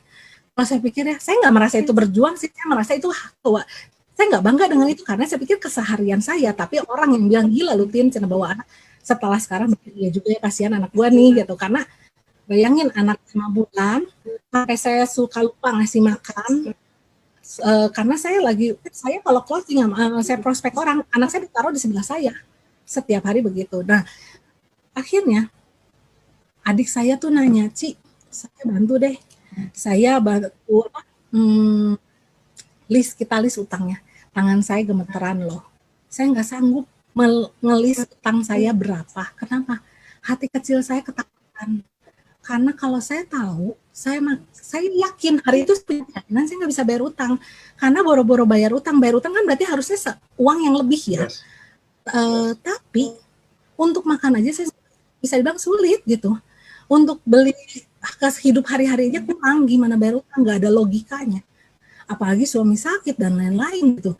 Anak saya tuh rewel, nempelnya sama saya terus. Jadi saya ngalamin kalau ini ya hamil gendong. Awal-awal saya jalanin ini, banyak downline saya tahu. Saya sambil gendong pakai krembong ya, zaman dulu. Mama banget lah. Sambil telepon, tiba-tiba saya jerit-jerit, ini masih telepon. Sampai akhirnya kalau kagok, akhirnya sambil anak saya jerit, saya coba ngomong dan mencoba konsentrasi. Tapi nanti ketika satu kalimat selesai, oke, udahan dulu. Tidurin lagi, jadi telepon lagi, jerit-jerit lagi. Seperti itulah keseharian saya. Belum yang gede dan lain-lain lah. Nah, tapi saya miss ya. Apa yang nggak pernah saya pikirkan itu terjadi miracle-nya tuh di AFC. Dengan utang sekian banyak, target saya kan memang bayar utang. Konnichiwa kita setiap hari. Jadi setiap hari dapat uang, saya selalu bayar. Tapi perlu teman-teman ingat, sebelum saya punya konnichiwa yang besar, sebelum saya di AFC, walaupun untuk sehari-hari kurang, saya tetap bayar utang loh. Ya, saya tetap bayar utang. Walaupun cuma mampu 100.000, 200.000, saya bayar utang. Karena mama saya, keluarga saya sangat, ini mah keluarga pribadi ya, maksudnya mama saya teh haram gitu anaknya punya utang, entah kenapa. Jadi mama saya tuh selalu menangis setiap hari kalau tahu utang saya belum lunas. Jadi saya tuh berusaha gitu, dan ternyata saya kaget. Bulan kemarin, bulan 30 hari dari pertengahan Oktober sampai November, saya merinding loh. Ternyata saya sudah bisa melunasi utang, dan hutang terakhir tuh saya bayar dalam 30 hari, Oktober pertengahan sampai November. Berapa teman-teman? 45 juta cash. Ya. Dan saya nggak sadar tadinya, karena kan hidup saya cepat. Saya tuh rasanya baru bangun, tahu udah malam gitu. Jadi saya nggak ada, jangankan itu, kalau teman-teman tanya ke saya berapa income saya yearly sampai hari ini, nggak tahu saya juga. Cuman kalau yang kemarin mungkin tahu Kak, saya selalu buka yearly kalau pas ada yang nembak saya, gitu, nanya. Nah, tapi yang ini saya kaget karena adik saya kan mulai bantu saya keuangan saya. Ketika saya list, saya kaget ketika, saya nggak nyangka 45 juta, uang dari mana ini? Amazing banget. Bahkan sebenarnya ada uang orang yang menginvestasikan sesuatu lah, pernah menginvestasikan sesuatu, tiba-tiba dimajuin harus bayar. Jadi sebenarnya total dalam 30 hari 65 juta saya transfer cash. Dan kalau ada yang nggak percaya boleh minta sama saya udah ngirim sama, waktu itu ngirim sama kayak Bu Helen sama Niko juga sebenarnya. Niko udah tahu. Mungkin ya karena itu ya, cuman satu sih, saya nangis. Saya sangat sujud syukur. Apa yang nggak pernah saya bayangin utang 20 tahun itu lunas hari ini. Saya bisa klaim saya nggak pernah utang 1 rupiah. Ya, bahkan saya sudah membiasakan nggak pakai kartu kredit lagi. Jadi kartu kredit hanya alat pembayaran biar sometimes kita dengan kartu kredit hanya privilege dan memudahkan. Tapi saya memastikan setelah saya gesek, saya langsung bayar. Gitu. Saya udah nggak mau lagi capek dengan hal seperti itu. Belum lagi lupa tanggal, karena sibuk. Karena saya uang ada, tapi lupa tanggal jatuh tempo. Itu kan masalah lagi. Kena 200 lagi.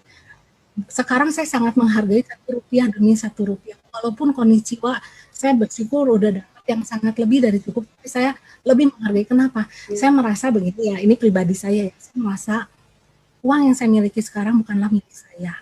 Apa yang saya dapatkan bukan karena saya hebat. Karena gini loh, kalau saya hebat harusnya selama suami saya nggak kerja 2 tahun, saya udah hebat dong bisa bayar utang dan benar. Dan seharusnya di perusahaan yang 11 tahun saya bisa bayar utang. Tapi saya tahu ini semua favor anugerah Tuhan buat saya. Dan kebenaran mungkin saya masih mau berjuang, jadi dikasihnya sekarang. Mungkin teman-teman pernah lihat ilustrasi yang membelah tebing, apa sih nih istilahnya yang tebing pukulin keluar berlian. Kadang-kadang kita sering kali kita selesai di saat cangkulan terakhir mau dapat berlian besar. Andai kata saya melepaskan AFC ini, saya tetap ngekeh gitu, istilahnya bersikeras dengan perusahaan yang lama. Apakah hari ini utang saya lunas? Saya yakin bukan lunas loh. Saya hutang makin besar karena ini kan COVID. Teman-teman harus ingat ini kan COVID gitu ya. Dan saya memulai 1 bulan sebelum COVID. Bagaimana saya memulainya? Jadi mundur lagi. Jadi waktu itu Niko, apa ya, tapi tetap mengerti ya. Niko itu LOP dan saya lihat, wah ini nyawanya AFC banget gitu. Beda ya kalau orang dari EDMLM, dia tahu hot buttonnya dan saya butuh itu tambahannya gitu kan. Afternya setelah hati saya dibukukan oleh Sylvie dan Didi, saya perlu untuk yang ada penguatannya. Tuhan baik, dikasih sebelum corona Niko dan besokannya sebenarnya saya nomor teleponnya Niko udah dikasih Ernest, sorry ya kadang-kadang kepuasan, kasih Pak Ernest itu udah dari bulan November Desember. Saya cuma bilang sama Pak nggak perlu, bukannya saya sombong, saya mau natural, saya nggak mau mentang-mentang kenal sama owner, saya punya akses VIP semuanya instan, karena saya tahu sesuatu yang instan akan runtuh ya, karena fondasinya nggak kuat. Dan ngomong-ngomong fondasi, akhirnya saya ngerti kenapa jalan saya berliku begitu panjang dari dibanding yang lain. Sekarang saya sirik loh sama downline saya. Downline saya tuh ada yang udah bisa closing sebelum dia member. Bingung nggak? Saya, padahal ya kejadian loh nih. Bahkan ada yang begitu hari ini closing, ada yang datang ke saya begitu closing bawa 15 member. Closing 20 dus dengan waktu itu rugi 1 member, 1 dus. Saya nggak sehebat itu loh. Tapi saya mengerti. Hidup kita seperti membangun satu kehidupan itu, seperti membangun bangunan. Ya, kalau misalnya kita destiny-nya kita membangun satu rumah 1 lantai, fondasinya akan ditujukan untuk bangunan rumah 1 lantai kayak IMB lah ya. Blueprint-nya kita apa? Nah, akhirnya ini mah entah saya ngeklaim GR atau ngeklaim sendiri ya. Saya akhirnya belajar memahami mungkin saya ditujukan untuk membangun menjadi bangunan kantor atau hotel mungkin 50 lantai. Karena itu fondasi saya harus begitu kuat. Kalau enggak saya nggak akan sanggup gitu kan untuk menampung sekian banyak orang. Nah, dari situlah saya akhirnya belajar menerima. Kalau enggak saya sakit hati loh dengan perjalanan saya gitu kan. Sirik loh dengan semua yang begitu mudah.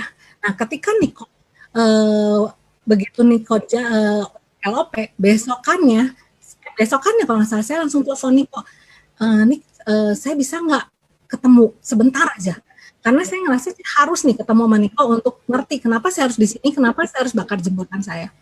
Akhirnya Niko waktu itu cuma ternyata waktu saya telepon, kan saya pikir dari LOP malam pagi, mungkin pulangnya sore jalan-jalan dulu di Bandung kan biasa ya, semua speaker tuh pengen jalan-jalan dulu.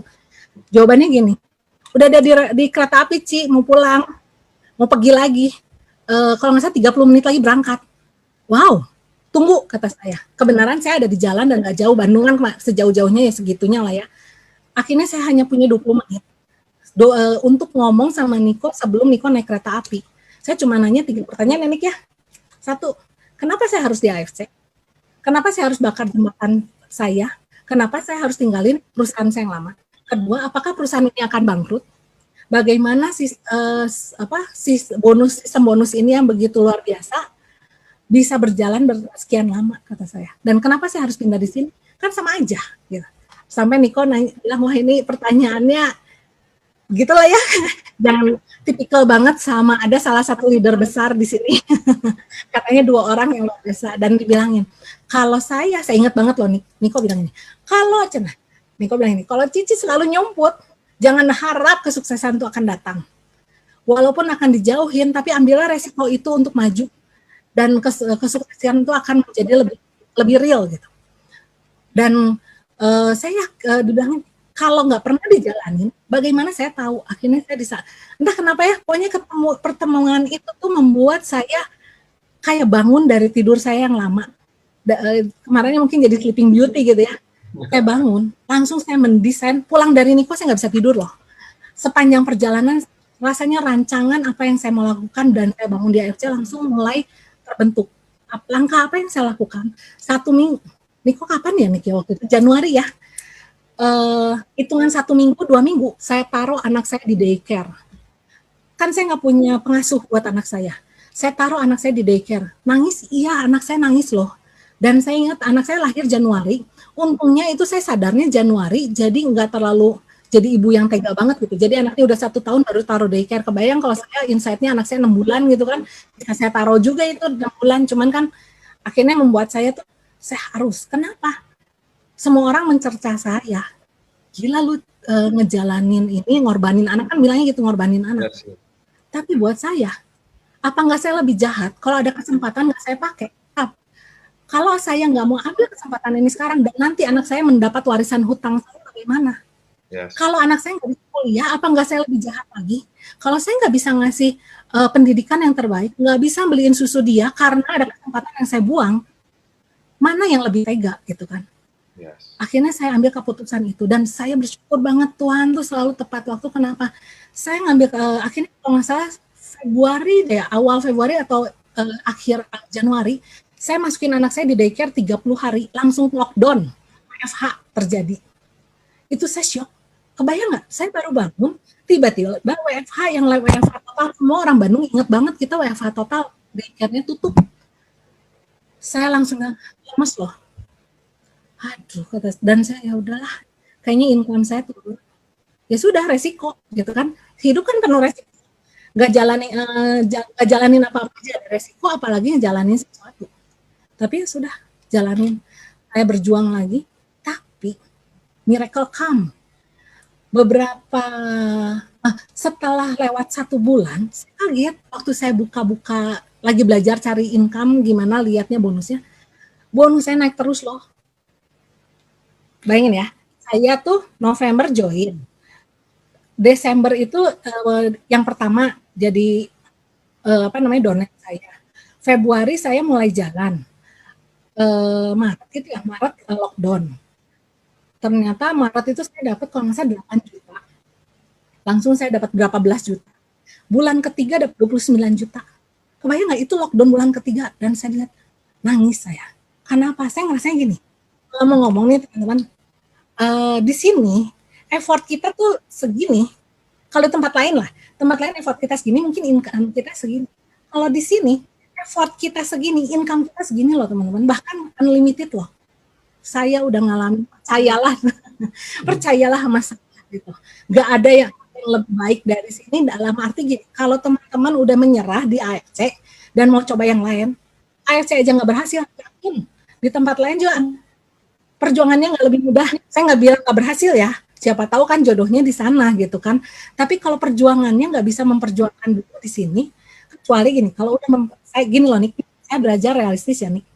Yes. Kita semua orang hidup nggak ditakdirkan seluruh warga Indonesia ini adalah member AFC, betul? Setuju?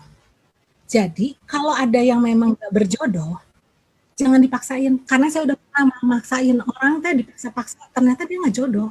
Karena yang kita harapkan orang besar di sini belum tentu jalan. Ketika dia di tempat, ada tempatnya mungkin jalan. Jadi berbesar hatilah kalau orang bukan tempatnya di sini. Tapi bagaimana cari orang yang berjodoh di sini kalau kita nggak pernah bekerja? Bagaimana kita bisa ketemu orang yang tempatnya di sini kalau kita nggak pernah proses? Bagaimana kita bisa dapat income kalau kita nggak pernah bekerja? Kalau untuk dapat income itu perjalanan panjang, gitu kan? Kalau perjalanan kita nggak mau lewati, jangan harap bisa nyampe, gitu kan? Nah, akhirnya yang saya bikin saya lihat ini waktunya, bentar lagi ya. Perubahan itu jangan berpikir yang saya berpikir yang cuma utang. Saya dapat lebih dari itu, bahkan beyond dari semua. Kenapa? Bonusnya itu tidak terbayar. Bonus yang saya dapetin dari AFC adalah keharmonisan keluarga saya. Bayang 2 tahun suami saya nggak ada income itu, saya tahu beban dia berat banget. Saya sedih gitu. Saya bingung apa yang bisa saya bantu gitu, karena saya tahu beban seorang kepala keluarga. Coba nih kok bayangin, kalau jadi kepala keluarga, istri lagi hamil 3 bulan, kena sakit seperti syaraf kejepit, kena otot skiatik, itu penyakit atlet, hamstring. sampai ngesot di lantai. Ada momennya saya harus merawat, suami saya nggak bisa turun dari ranjang, even buang air kecil pun harus diranjang. Dengan perut saya yang besar, 8 bulan, saya bawa suami Tangerang waktu itu untuk, saya mikir kalau nggak ada yang bantu nyetir, saya bakal nyetir sendiri, bawa suami saya, demi kesembuhan suami saya, tapi saya harus berjuang dengan, pasti kan beban suami saya berat sekali. Siapa sih suami yang pengen lihat istrinya menderita? Siapa sih suami yang pengen lihat istrinya sengsara gitu, sampai harus pontang-panting kayak gitu? Saya yakin suami saya enggak, dia stres sendiri gitu. Dan pasti ketika suami yang lagi stres, dia tuh kadang-kadang kalau akal sehatnya hilang akal sehat itu wajar, saya maklum loh. Kenapa? Saya bayang kalau jadi dia juga belum tentu sanggup loh bisa melihat dengan rela membiarkan istrinya berjuang seperti itu, tapi dianya nggak bisa apa-apa, itu kan siksaan terberat gitu. Tapi dan akhirnya saya mau ajak suami saya tuh suami yang luar biasa, gak pernah sepeser pun minta uang saya, tapi saya tahu ini mungkin melenceng sedikit ya, berkat yang saya dapatkan bukan semata karena saya hebat, tapi semua dari Tuhan, dan ini berkat pernikahan saya. Kalau saya nggak nikah sama suami saya, mungkin saya nggak bisa dapetin berkat yang sebesar ini gitu. Dan ini berkat anak-anak saya gitu. Kalau mungkin nggak punya anak, saya pernah tersesat.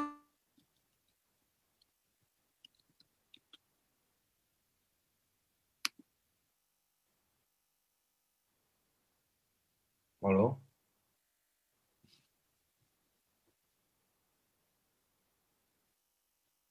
Putus ya, teman-teman ya? Apa saya yang putus? Enggak kan ya? Sayanya nggak putus ya? Nah, lo ini. Oke, nggak apa-apa teman-teman. Sambil menunggu Ci Christine comeback, saya mau apa? Tadi lihat ya perjuangannya ya. Jadi saya dulu jujur aja waktu saya notice Ci Christine join sambil dia survive, saya tuh sampai apa? Dia kan jual nasi goreng kadang buat hidupnya. Kadang saya mau beli, cuma kan dia di Bandung. Itu sampai saya lakukan loh. Saya pernah nanya, Ci, nasi gorengnya mau dong, enak banget. Dia doing apapun buat hidupnya. Ini siaran ulangnya ada di Facebook ya teman-teman. Ci Christine putus tiba-tiba, tapi it's okay. I'm back, Manik. Ini tunggu. Oke. Lanjutin Ci yang di waktu suami yang stres itu. Ya, suami saya tuh pasti emosinya juga akan jadi nggak stabil, dan saya sangat maklum. Saya nggak apa ya, saya sangat memahami karena saya ngerasa suami saya juga udah berjuang dengan hidupnya, dengan sakitnya. Kalau mau tahu itu sakitnya suami saya, itu meraung lebih dari yang melahirkan loh. Itu sampai untuk berdiri aja dia harus pegangan alis, menahan sakit sampai gemeteran. Bahkan keluar bulir-bulir putih, kebayang ya. Jadi apa yang saya dapatkan, saya merasa sebagai istri nggak boleh so jago gitu loh. Wah, gua dapet nih dari AFC, suami saya mah nggak dapat, enggak, karena saya tahu kalau bukan restu suami saya nggak akan dapetin berkat yang di sini. Dan juga pertama, karena saya dapat sharing, saya sudah sembuh sama saya. Cuman kadang-kadang sometimes suka kamu tapi nggak terlalu yang gimana lah. Nah, cuman yang poin yang saya dititipkan juga oleh Ibu Helen ya. Ibu Helen ini, saya kemarin sempat diajak lunch waktu beliau ke Bandung, kita bahas soal itu. Ternyata hutang itu, saya nggak tahu ya, sorry kalau saya salah, cuman ini menurut saya dan Bu Helen ya, ini kita share. Hutang itu penghambat berkat. Nah, saya berpikir kan gini, selama utang dibayar, saya nggak kabur, nggak apa-apa. Tapi saya kebetulan di perusahaan yang lama, teman-teman saya muslim semua. Sampai sempat ada yang bilang saya adalah mualaf. Saya sangat paham pengajarannya, karena saya nosara ya. Jadi saya sangat belajar apa. Sampai saya ingat ada tim saya, kalau utang 10.000 bisa lari-lari besokannya buat bayar. Saya nggak mau ada utang, saya takut nggak bisa bawa, nggak bisa kuat ngebawanya. Dari situ saya belajar loh, kok bisa sampai kayak gini pengajarannya apa ya. Terus akhirnya saya ngobrol sana sini dari berbagai sudut pandang agama dan lain-lain. Dan saya suka nonton TikTok, kan pelajaran ya. Di situ saya ngerti dia, saya ingat yang muslim lebih familiar gitu. Hutang riba ya, hukum riba. Saya baru ngerti, oh ternyata walaupun ada bunga dan kita bayar tuh tetap nggak boleh gitu. Itu pribadi saya ya, maaf kalau mungkin ada yang punya pandangan lain.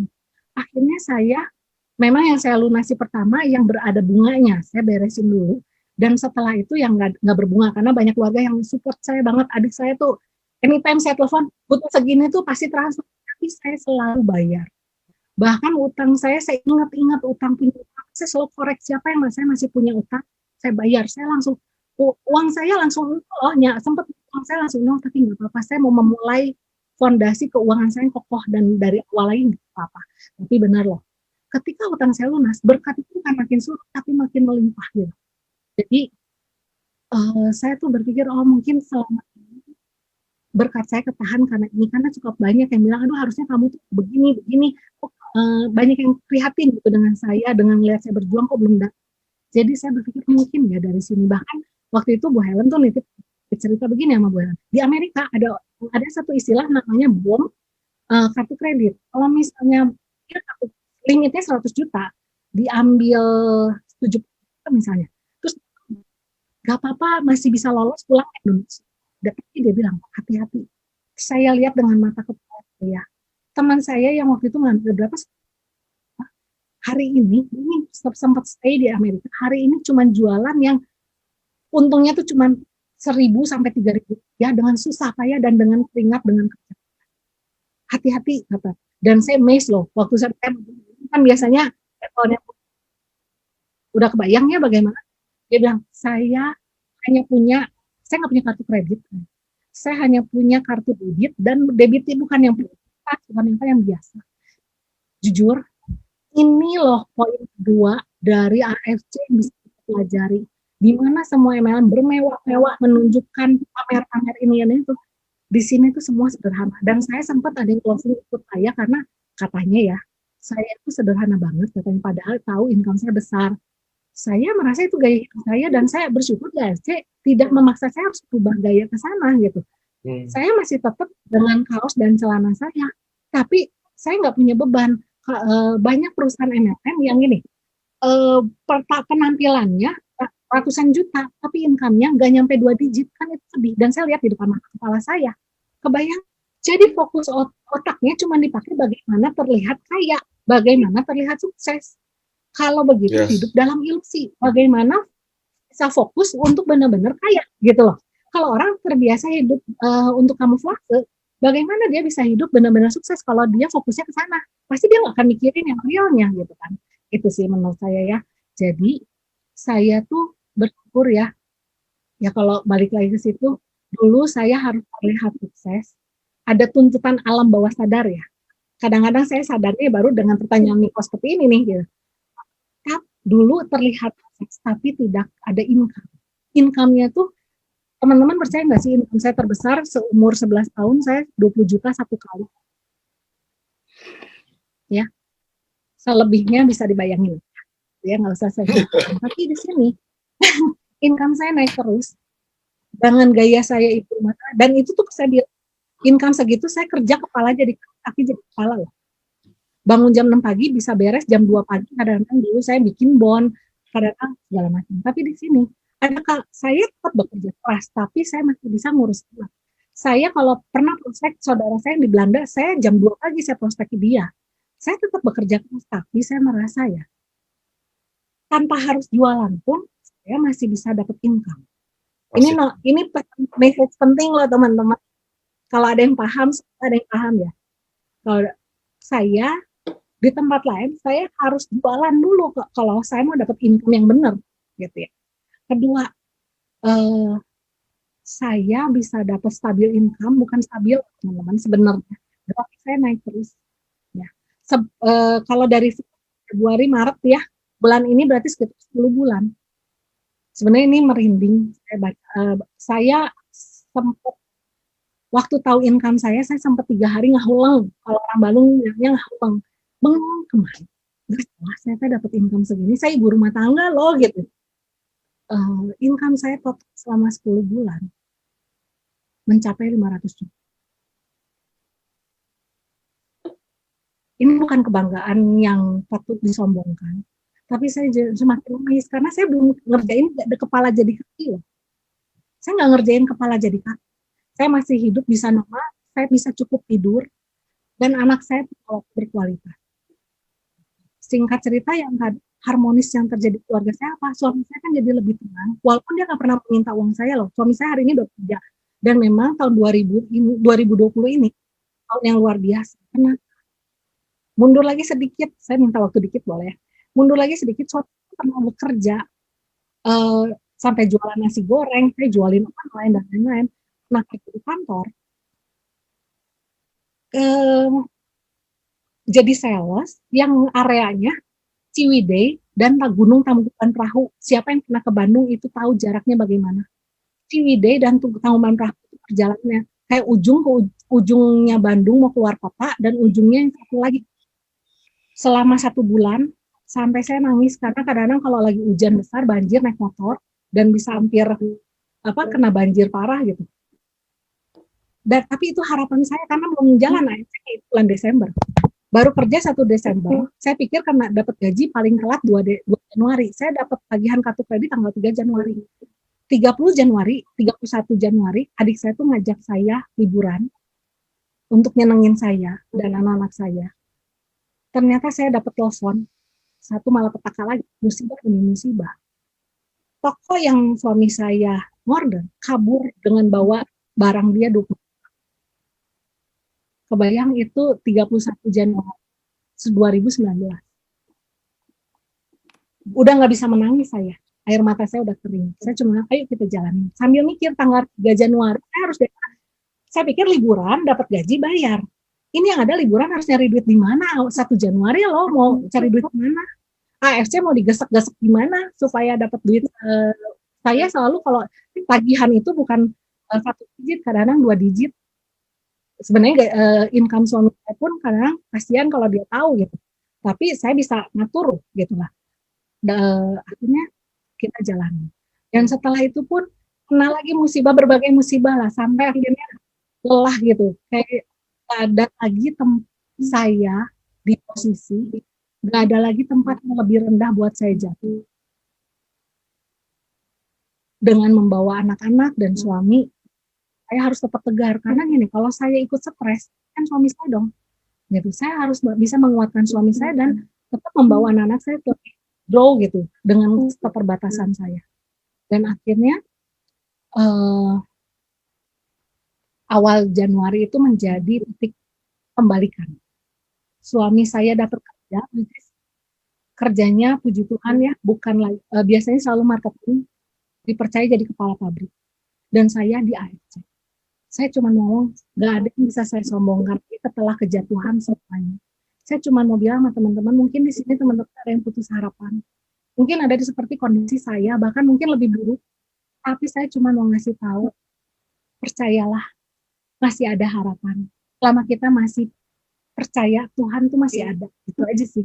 Dan ternyata Tuhan ada dan saya masih ada gitu. Andai teman-teman semua bisa bayangin nggak kalau AFC ini nggak ada hari ini? Saya nggak bisa bayangin loh teman-teman.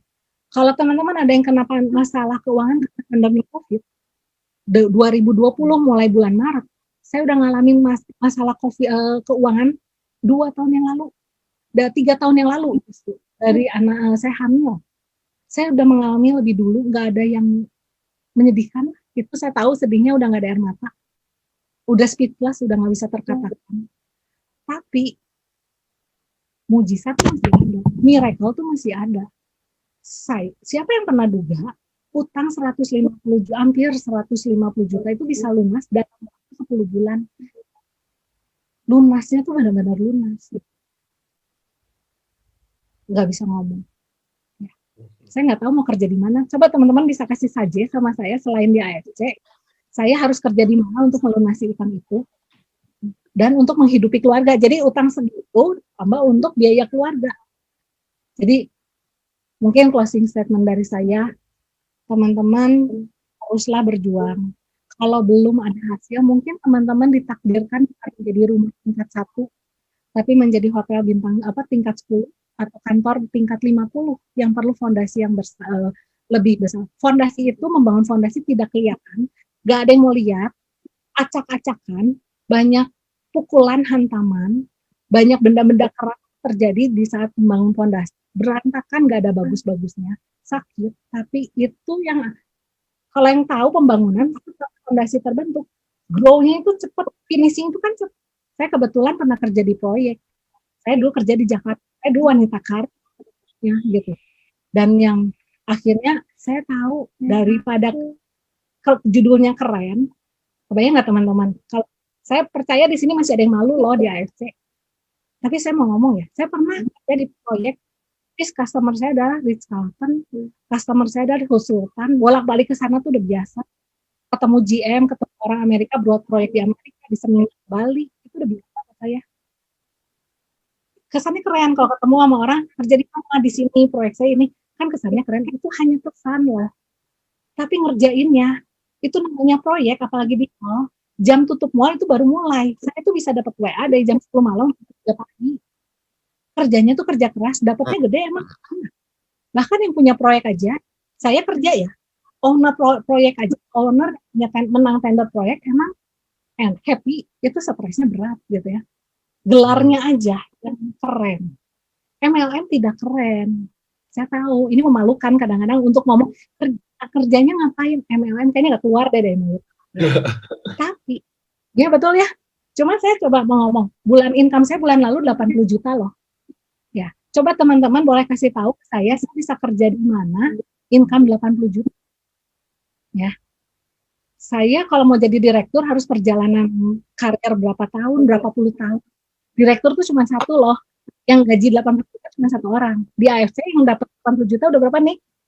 5.000 orang lebih. Nah, leader saya aja satu bulan dapat 5 juta loh. Perempuan ibu rumah tangga. Ya, si Sylvie itu dapat 500 juta sebulan sama Ko Budi. Ya.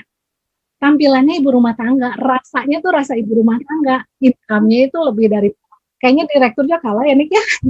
Sampai waktu itu saya pernah, saya sering pergi sama Sylvie, saya kasih tahu sama orang, itu tuh leader saya tuh yang invest ini. Masa sih low profile banget? Tahu nggak teman-teman? Dengan kita low profile, ternyata orang lebih respect dan mau join sama kita. Ternyata saya nemuin itu loh.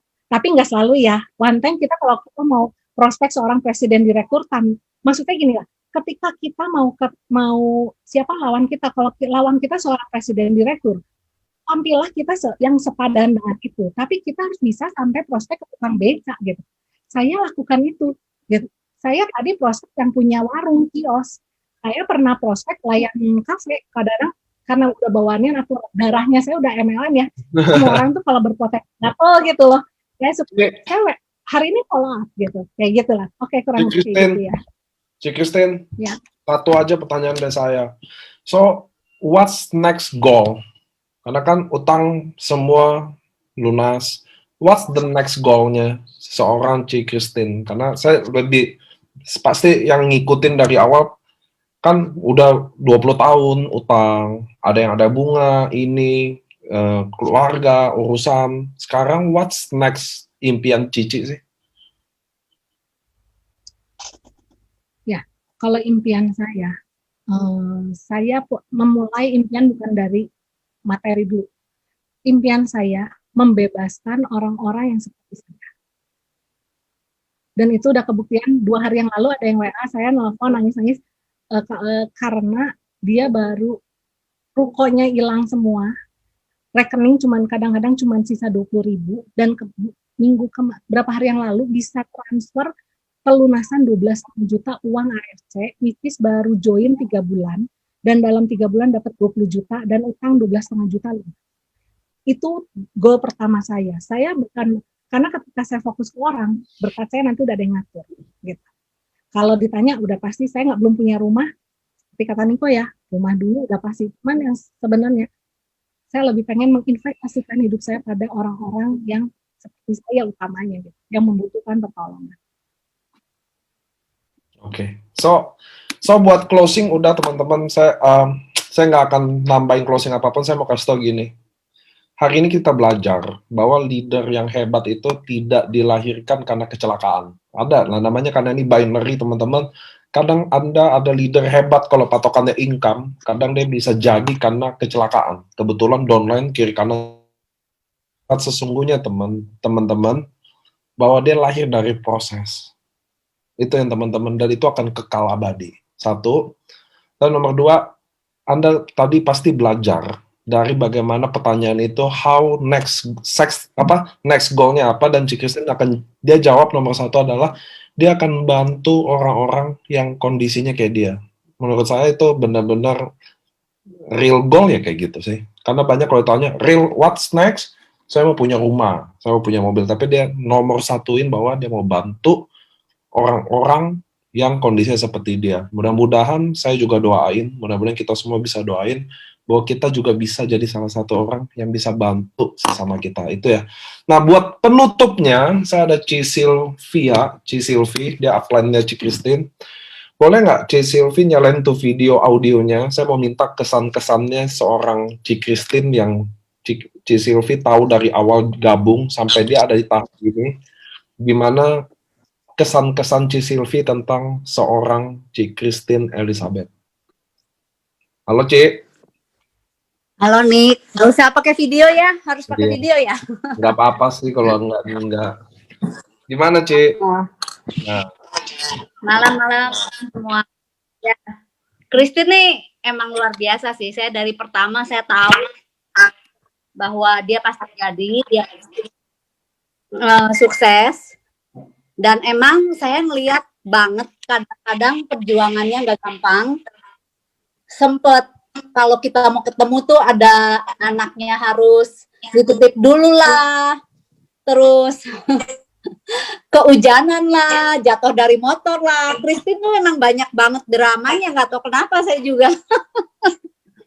Tapi iya gitu, kadang-kadang aduh kenapa ya kayak udah jatuh ketimpa tangga gitu, selalu gitu, sampai saya bilang aduh ini kasihan banget nih si Christine gitu. Cuman saya ngelihat kerja kerasnya dia sekarang terbayar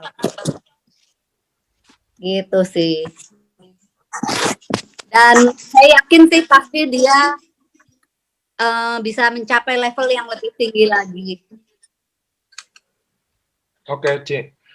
Oke, teman-teman semua, kita makasih ya Ci Cilvi udah bawa seorang Christine Elizabeth di AFC untuk bikin, mudah-mudahan Tuhan bisa pakai untuk bantu orang lebih banyak. Sama kayak teman-teman semua ada di sana. Ingat, kita tuh terpilih untuk datang ke sini. Pasti ada reason yang kuat untuk Tuhan pilih kita. Gitu ya teman-teman, pasti Ya. dong. Kan Tuhan nggak mungkin salah ya. Jadi dia nggak mungkin pilih orang yang salah. Tentunya seiring dengan goal dan visi Anda yang benar. Karena nggak mungkin Tuhan bawa kita ke sini untuk jadi kaya-kaya aja gitu. Tanpa ada reason yang jelas. Ingat loh teman-teman, makanya perbaiki visi Anda, perbaikin why Anda, kenapa sih Anda. So Tuhan akan kasih rezeki itu jelas kalau kami tujuannya ingin bantu orang seluas-luasnya.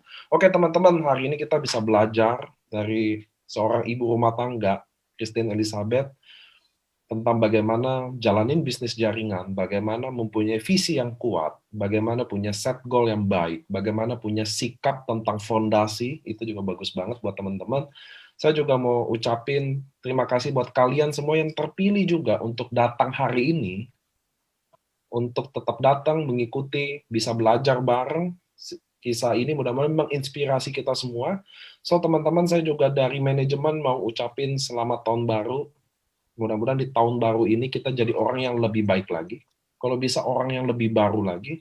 Kita udah saatnya tinggalin sikap-sikap yang kurang baik ya teman-teman ya. Kita pelan-pelan jadi lebih baik, lebih baik, lebih baik. Oke teman-teman, saya mau udah 2 jam kita ada di sini. Terima kasih sekali lagi, khusus spesial buat Ci Cilvi. Terima kasih udah bawa seorang Christine Elizabeth untuk gabung di AFC ini. Oke teman-teman, mudah-mudahan kita akan jadi berkat terus. Keep going. AFC akan tahun 2021 sangat spesial karena saya akan ulangi bahwa kita akan merayain kerja keras kalian, visi impian kalian semua. Penghargaannya ada di Senayan. Puluhan ribu orang di depan mata, dan saya yakin ketika Anda berdiri di panggung itu, hidup Anda akan berubah. Saya juga mau wakilin, walaupun saya bukan anak atau suaminya Ci Christine, saya mau kasih tahu, saya yakin suami Ci Christine, anak-anak Ci Christine bangga banget sama Ci Christine. Orang tua Ci Christine pasti bangga, karena kami dengernya aja betapa bangganya. Oke teman-teman, mudah-mudahan Home Talk ini kalian bisa dapat sesuatu, bisa belajar sesuatu. Mudah-mudahan kita akan ketemu di next Zoom di hari Rabu untuk LOP. Oke teman-teman, saya tutup acaranya. Terima kasih, dadah.